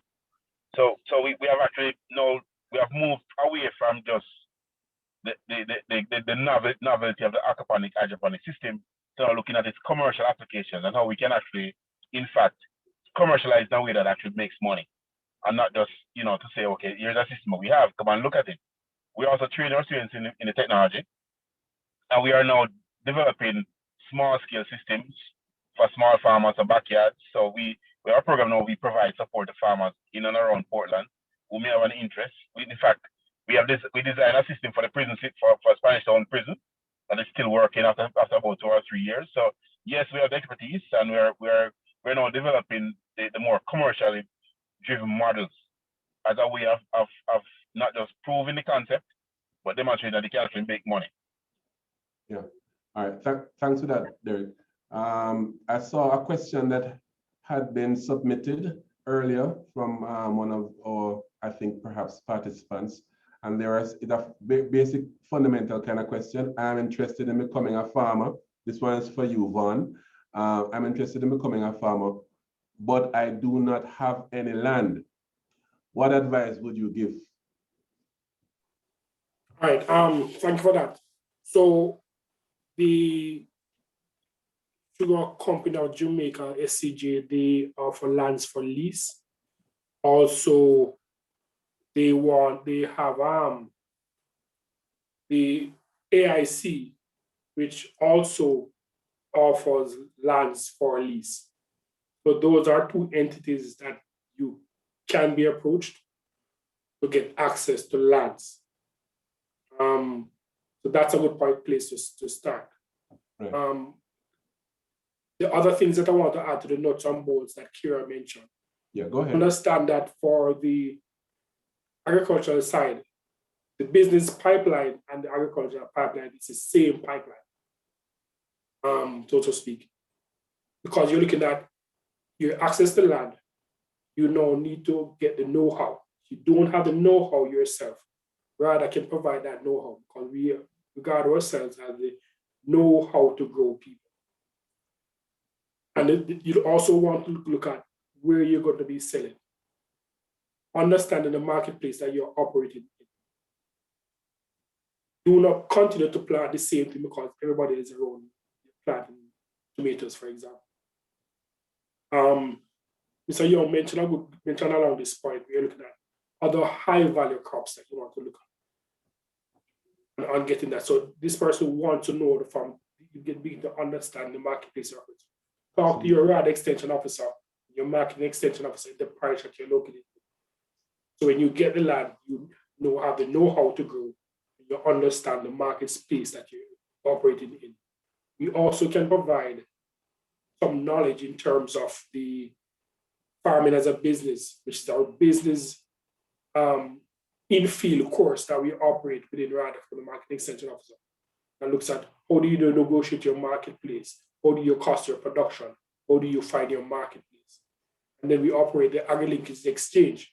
We can help the farmers to link to markets. Principally, it was designed with the Tourism Enhancement Fund to look at linking agriculture deeper with tourism.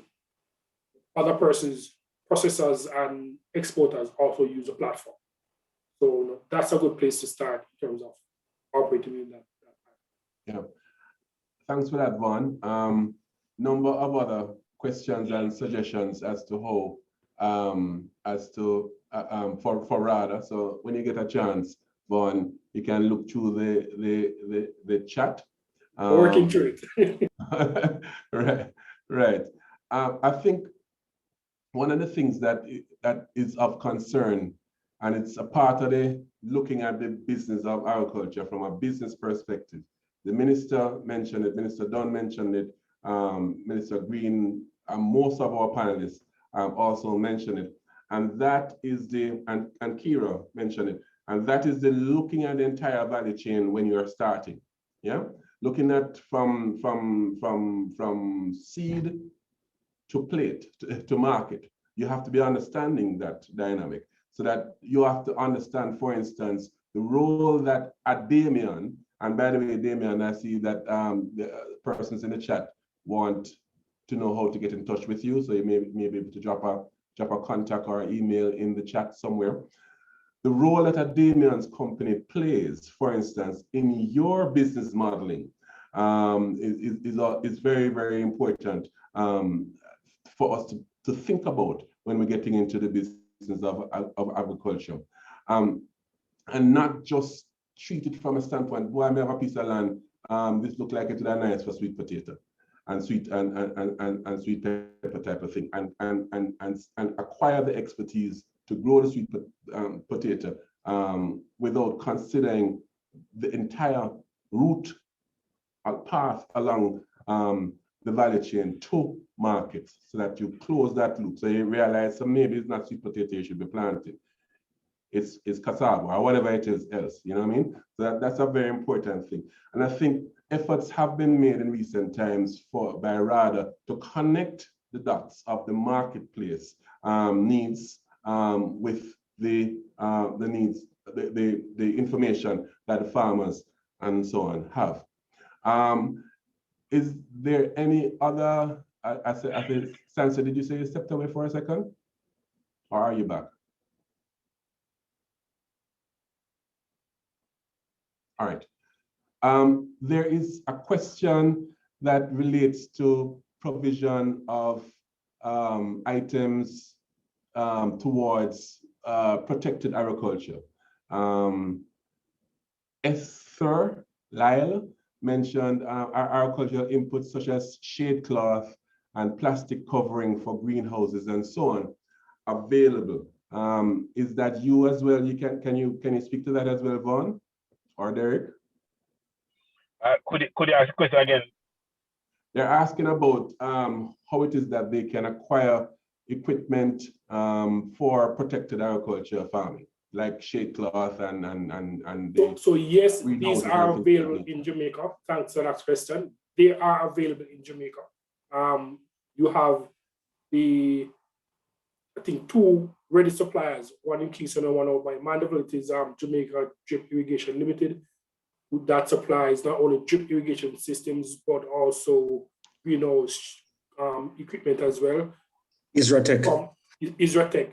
They provide the irrigation, the shade cloth, the side netting, the roof plastic, the framework for the greenhouse. And Evergo, who in Kingston, also does that as well. So these materials are available in Jamaica. And both companies have the expertise in terms of every person to start that up. RADA has the expertise in the greenhouse specialist, can provide the know-how.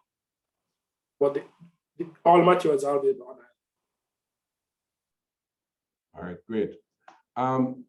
We're going to have to wrap, but before I wrap, I'm going to kick it to our panelists for each person just to share their closing thoughts. I'm sorry, guys, that we aren't able to get to all of the questions in the chat. Some of them have been answered. A lot of them have been answered. The majority of them actually have been answered. I'm hoping to your satisfaction, but we're not able to get to all of the questions in the question and answer. And certainly in the chat as well, there has been robust discussion going on as well. But I think all in all, I believe that we have had healthy discussion, and and you know what, this session shows us as well that this conversation needs to go on. This conversation about the structuring of the sector, this conversation about what it will take to move our entrepreneurs into the space that will have them poised for continuous growth and development needs to continue. It don't need a forum like this every time, but within our own circles, these conversations needs to happen, because I believe, certainly, and JBDC believes, that if we get agriculture right, half of our problems in terms of economic development of our country would have been solved. Sansi, I realize that you're back. Is there any other pressing question before I ask our panelists to give a wrap-up thought? Oh, Dr. Dunn? Yes, there are some questions in the Q&A. One second, Sansia. Right. I see Dr. Dunn, Minister Dunn has his hand up. Minister, you wanted to make a comment? Yes, I'd like to make a comment. Good afternoon again, everyone. I'd like to share your sentiment, Harold, that this is an avenue I believe that needs to be expanded, so that you can have much more a robust discussion and the ability to answer the questions of the participants. I'd like to note also that we had up to 70 participants in the chat, which is a fairly good number. And it shows that this method of engagement of persons is very important. And of course, I'd like to see it expanded, but how can we expand it? And this is where, if you look at some of the comments in the chat group, in the chat itself, yeah.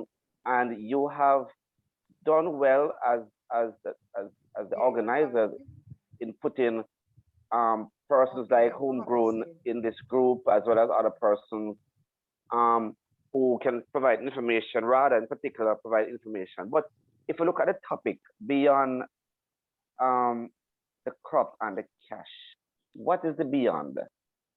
And this is where I believe that with e-commerce, and if you noticed yesterday, the Minister of Finance has removed the CAF fee that will engage and engender a more participative approach for young entrepreneurs who would like to develop product and produce for export, that this can be done, with this particular fee, which was an impediment, being removed. But I would have hoped to have liked to see an e-commerce person on the not only on the panelists, but maybe on the call this afternoon.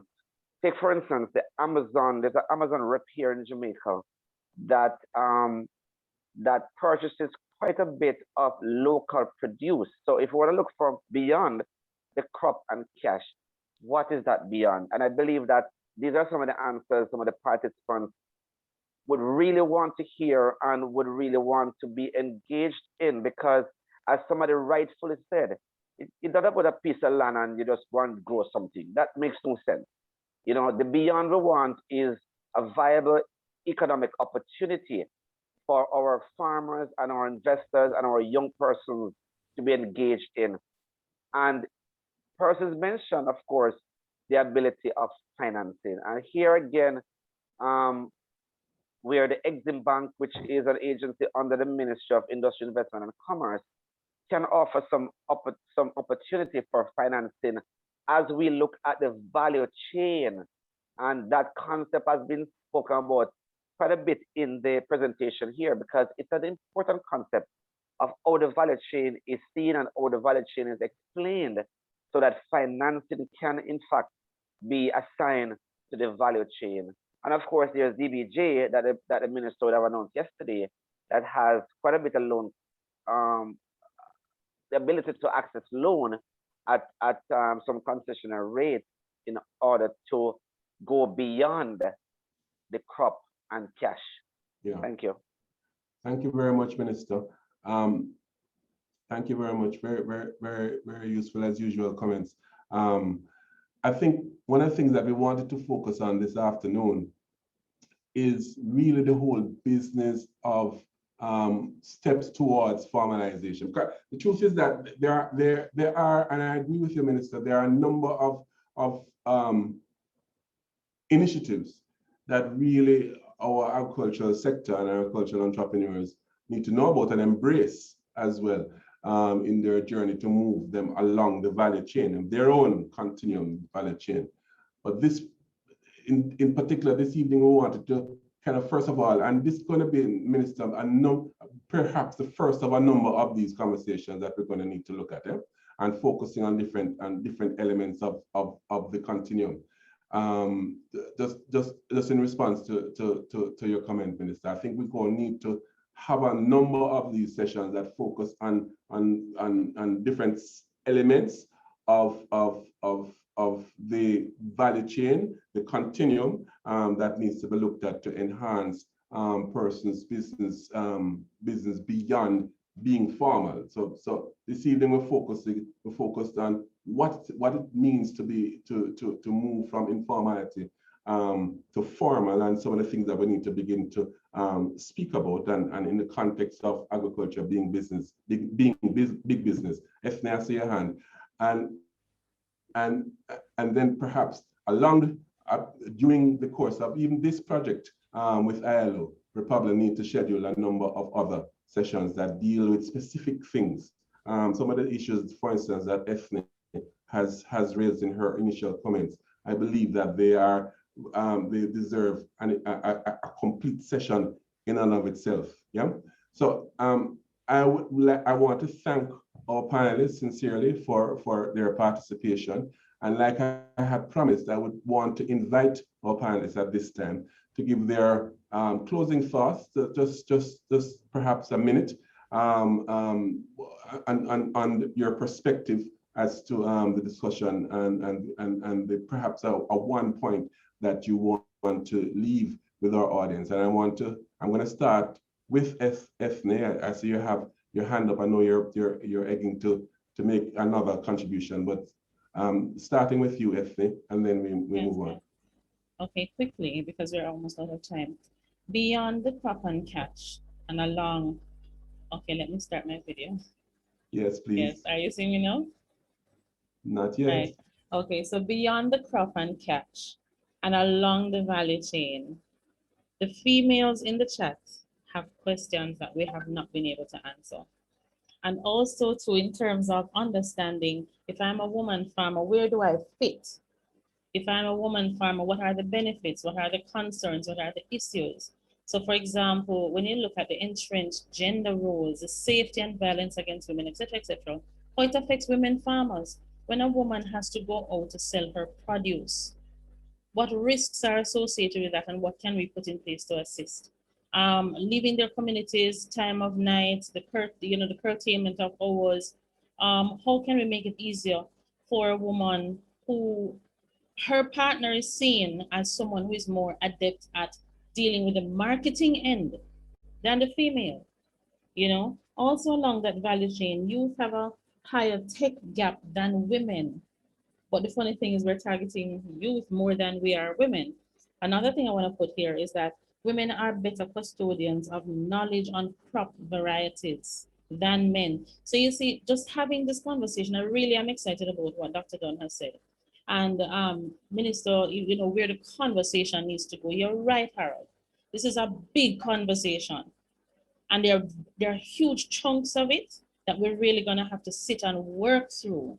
So where it concerns even the Competitiveness Council Minister, this conversation needs to come there. And I'm saying it because I sit in front of you every week, or every month rather, when we have those meetings. So the conversation does need to continue. The last thing I want to say is, women are of vital importance to rural economies. Which part of Jamaica do we want to develop first? And look at the demographics as to how many women farmers we have there, and also the soil type and crops. So it's a matching up of all the different things and then saying, for women to benefit and to grow, this is what is required. So a whole business case sort of needs to be put together around that. And I would love to see how that sort of, is formulated as we go forward.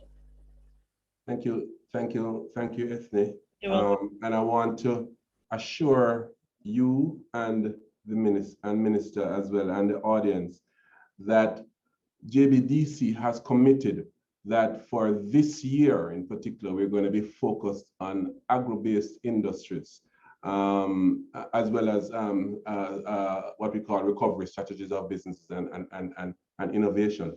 But our sector focus for this year is going to be agro-based businesses. And you'll hear much more conversation on this when we delve into it in our Small Business Expo and conference that we're going to be having in May 18th to 20th of a couple of months' time, where our theme is the new face of agriculture. So we're really going to unpack the thing and have Harold? a proper look. Yes, Please my dear. don't tell me it's going to be female. If you said that the face of agriculture is going to be female, you have to come good. Let me just say that to you from now. Threat taken. Threat taken. But before we wrap, Derek, I'd like to hear your final thoughts, just very quickly. Well, Arala, as I said, I've been in this industry for a while. Where I am now is that at case we are trying to introduce more technology into the sector, and we're doing a number of different projects. We are into mushrooms, we are into aquaponics, we're discussing with companies about aeroponics. So I think we are trying to build a repository of knowledge that can guide and help young people. Let me also say that the government linkages, JAMPRO, there are a number of what we call crop guides that identifies the best crop to grow by virtue of the economics of it, and the opportunities are available. And you can get that information, for example, at linkages. A number of crop profiles are done that also include the financial opportunities attached to those crops. People can look at it and they can use that to form the base of their their production plan going forward. So I would say that you could target the Ministry of Tourism for linkages. There are some documentation there. Jumper has them. Case has some information. So what we need to do, Harold, is probably to look to see how we can build a repository of information that will guide not just participants in the project, but other persons who are interested in the sector. And we'll certainly commit to putting pamphlets, brief outlines of crops, issues, challenges as an institution. So we will commit to providing that to JBDC as part of our outreach efforts. Super. I love that. Thanks, Derek. Vaughn, your thoughts? All right, thank you for inviting me again.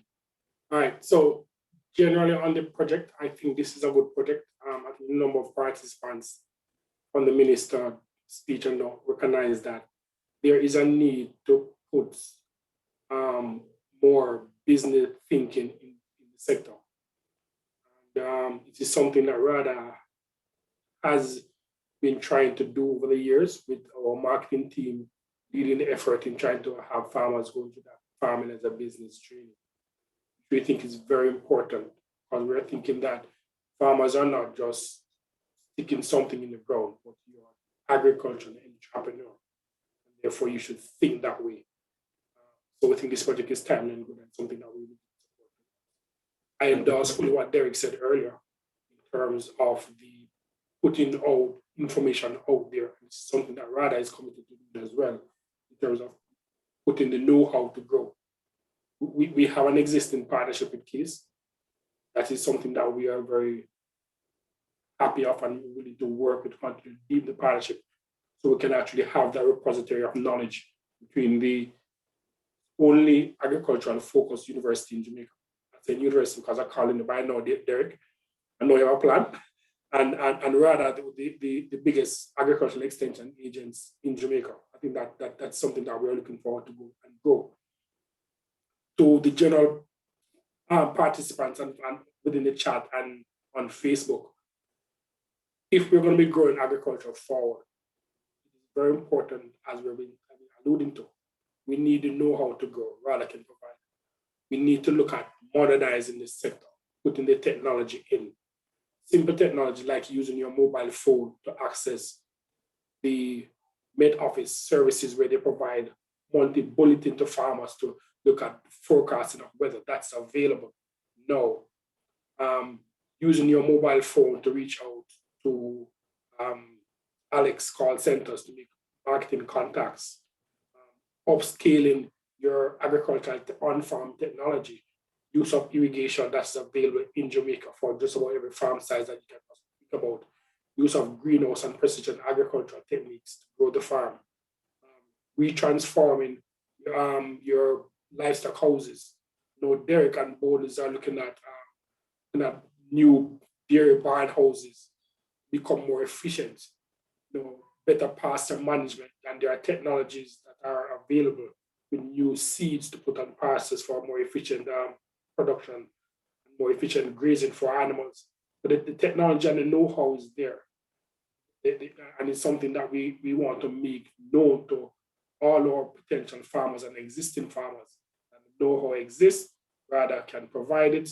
And if we can reach out to our partners in case, whether in Jamaica or overseas, to get that to you. But modernizing the use of technology is very important. Think large tractors or handheld tractors, all of that. All right, Vaughn, thank you so much. Remind me not to ask you to give final thoughts. Yeah, I can't contain the excitement. I know. Damian, over to you. Damian? Yes, Harold, I'm still here. Thanks man, again. That's your final 1 minute final thoughts. Yes, you know, those things that Mr. Barnaby just mentioned, if they really could be trickled down to the farmer, it would make such a great difference. I think sometimes there's such a huge gap between what the technocrats at RADA head office envision versus what translates on the ground. And I believe that there's a lot of frustration amongst farmers with RADA, to be frank with you. I know that they are trying to work the kinks out. but I believe that they might need to push a little harder. One of my main contribution I want to make tonight, Harold, is the fact that you see that unused funds that the banks have, that I believe they say deceased people might have left, unclaimed funds.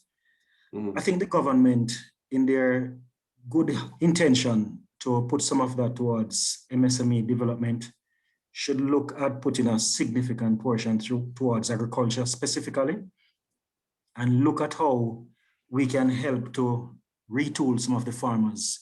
Like someone was saying, with proper drip irrigation, greenhouses, shade houses, and as Barnaby just said, more technology in the sector. It is true that it is very, very costly to invest in agriculture. It's not easy and it's not cheap, right? And worse, when the farmer is working out in the open sun, it's rough. And then you have to contend with predator larcenies. It's a challenging field.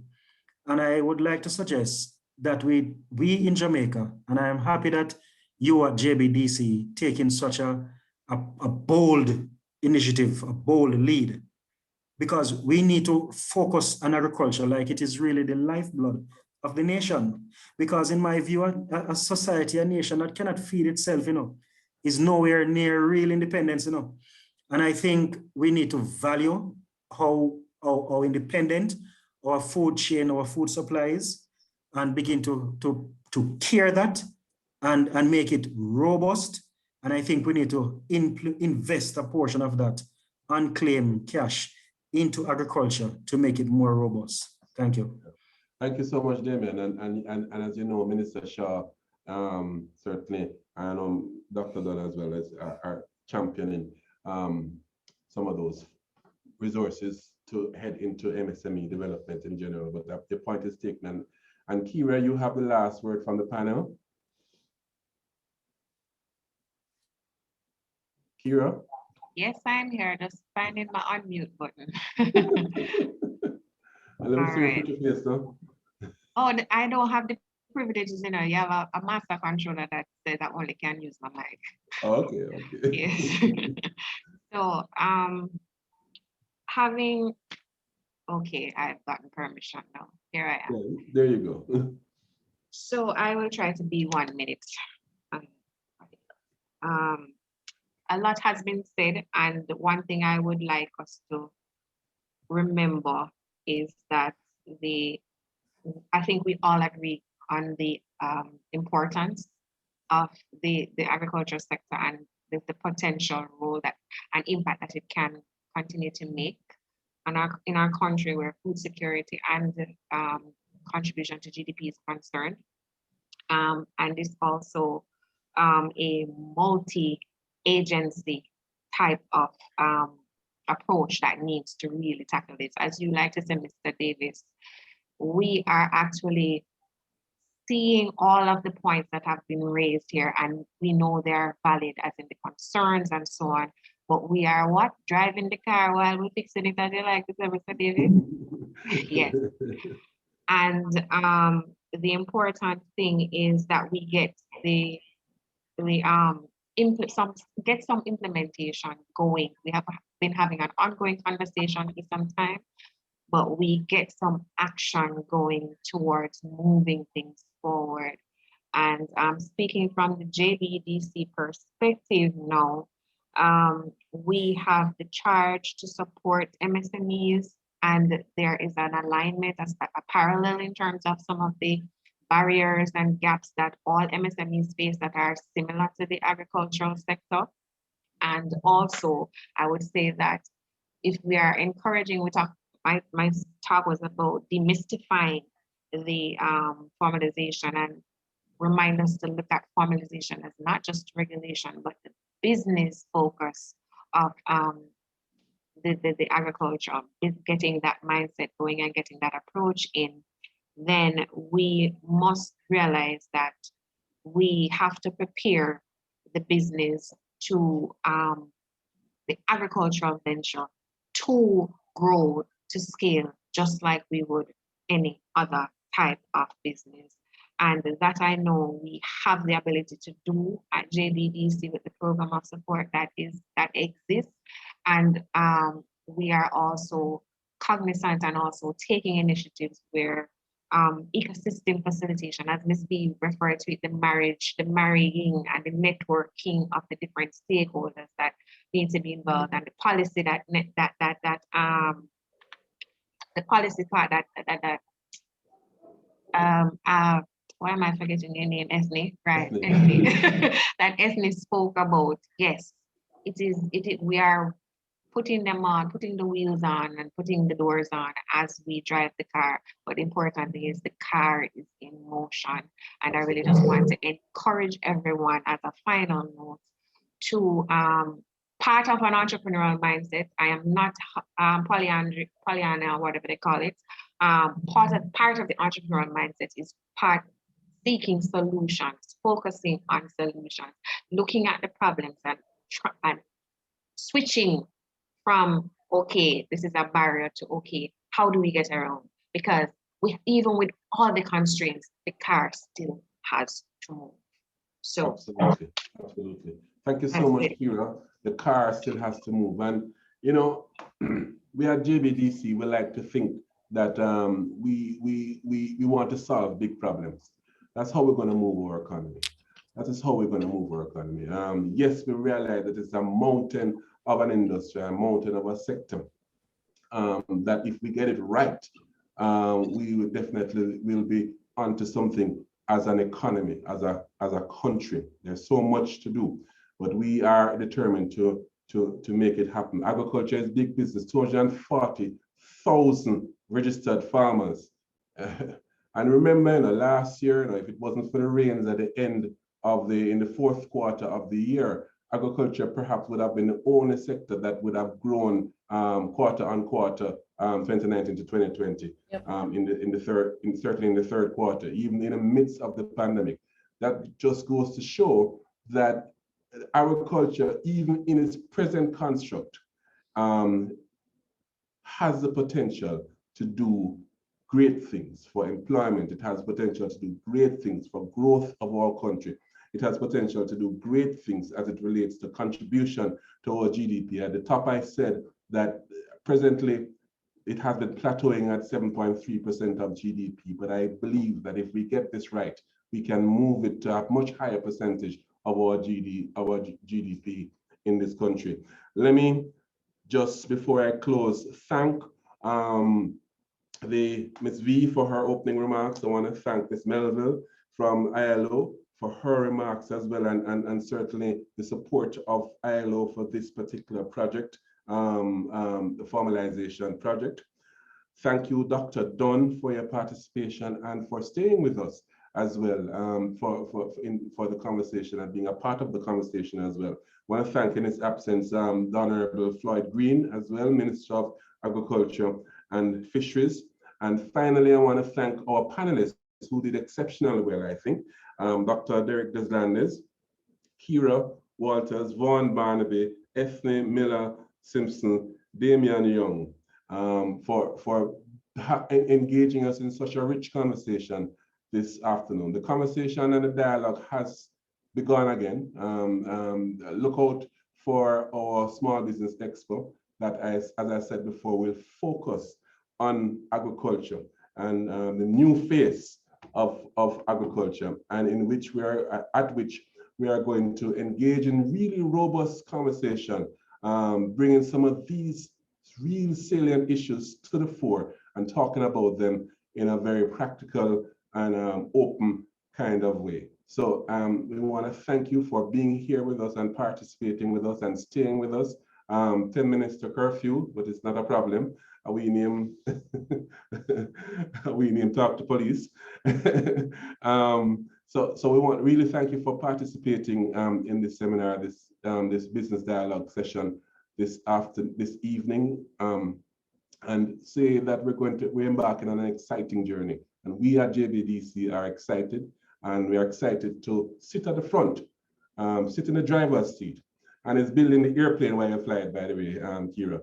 Sit in the pilot's chair to make sure that the plane itself is moving even while we blow on the wings and the paths towards it, and make sure we don't crash in the process. Yeah. So thank you so much for participating. This has been your business dialogue for first one for 2021. Thank you so much, and have yourselves an excellent. And it will be available, Sansia, on our YouTube channel, I guess, eventually. And Yes, also we want to commit to yes, answer. it will be. Right. Thank you. And we also want to commit to answer the questions that have not been answered. Here we will see how best we can answer those questions and send it to you by email, certainly, to make sure that the conversation continues. Thank you for your contribution, and have yourselves a good evening.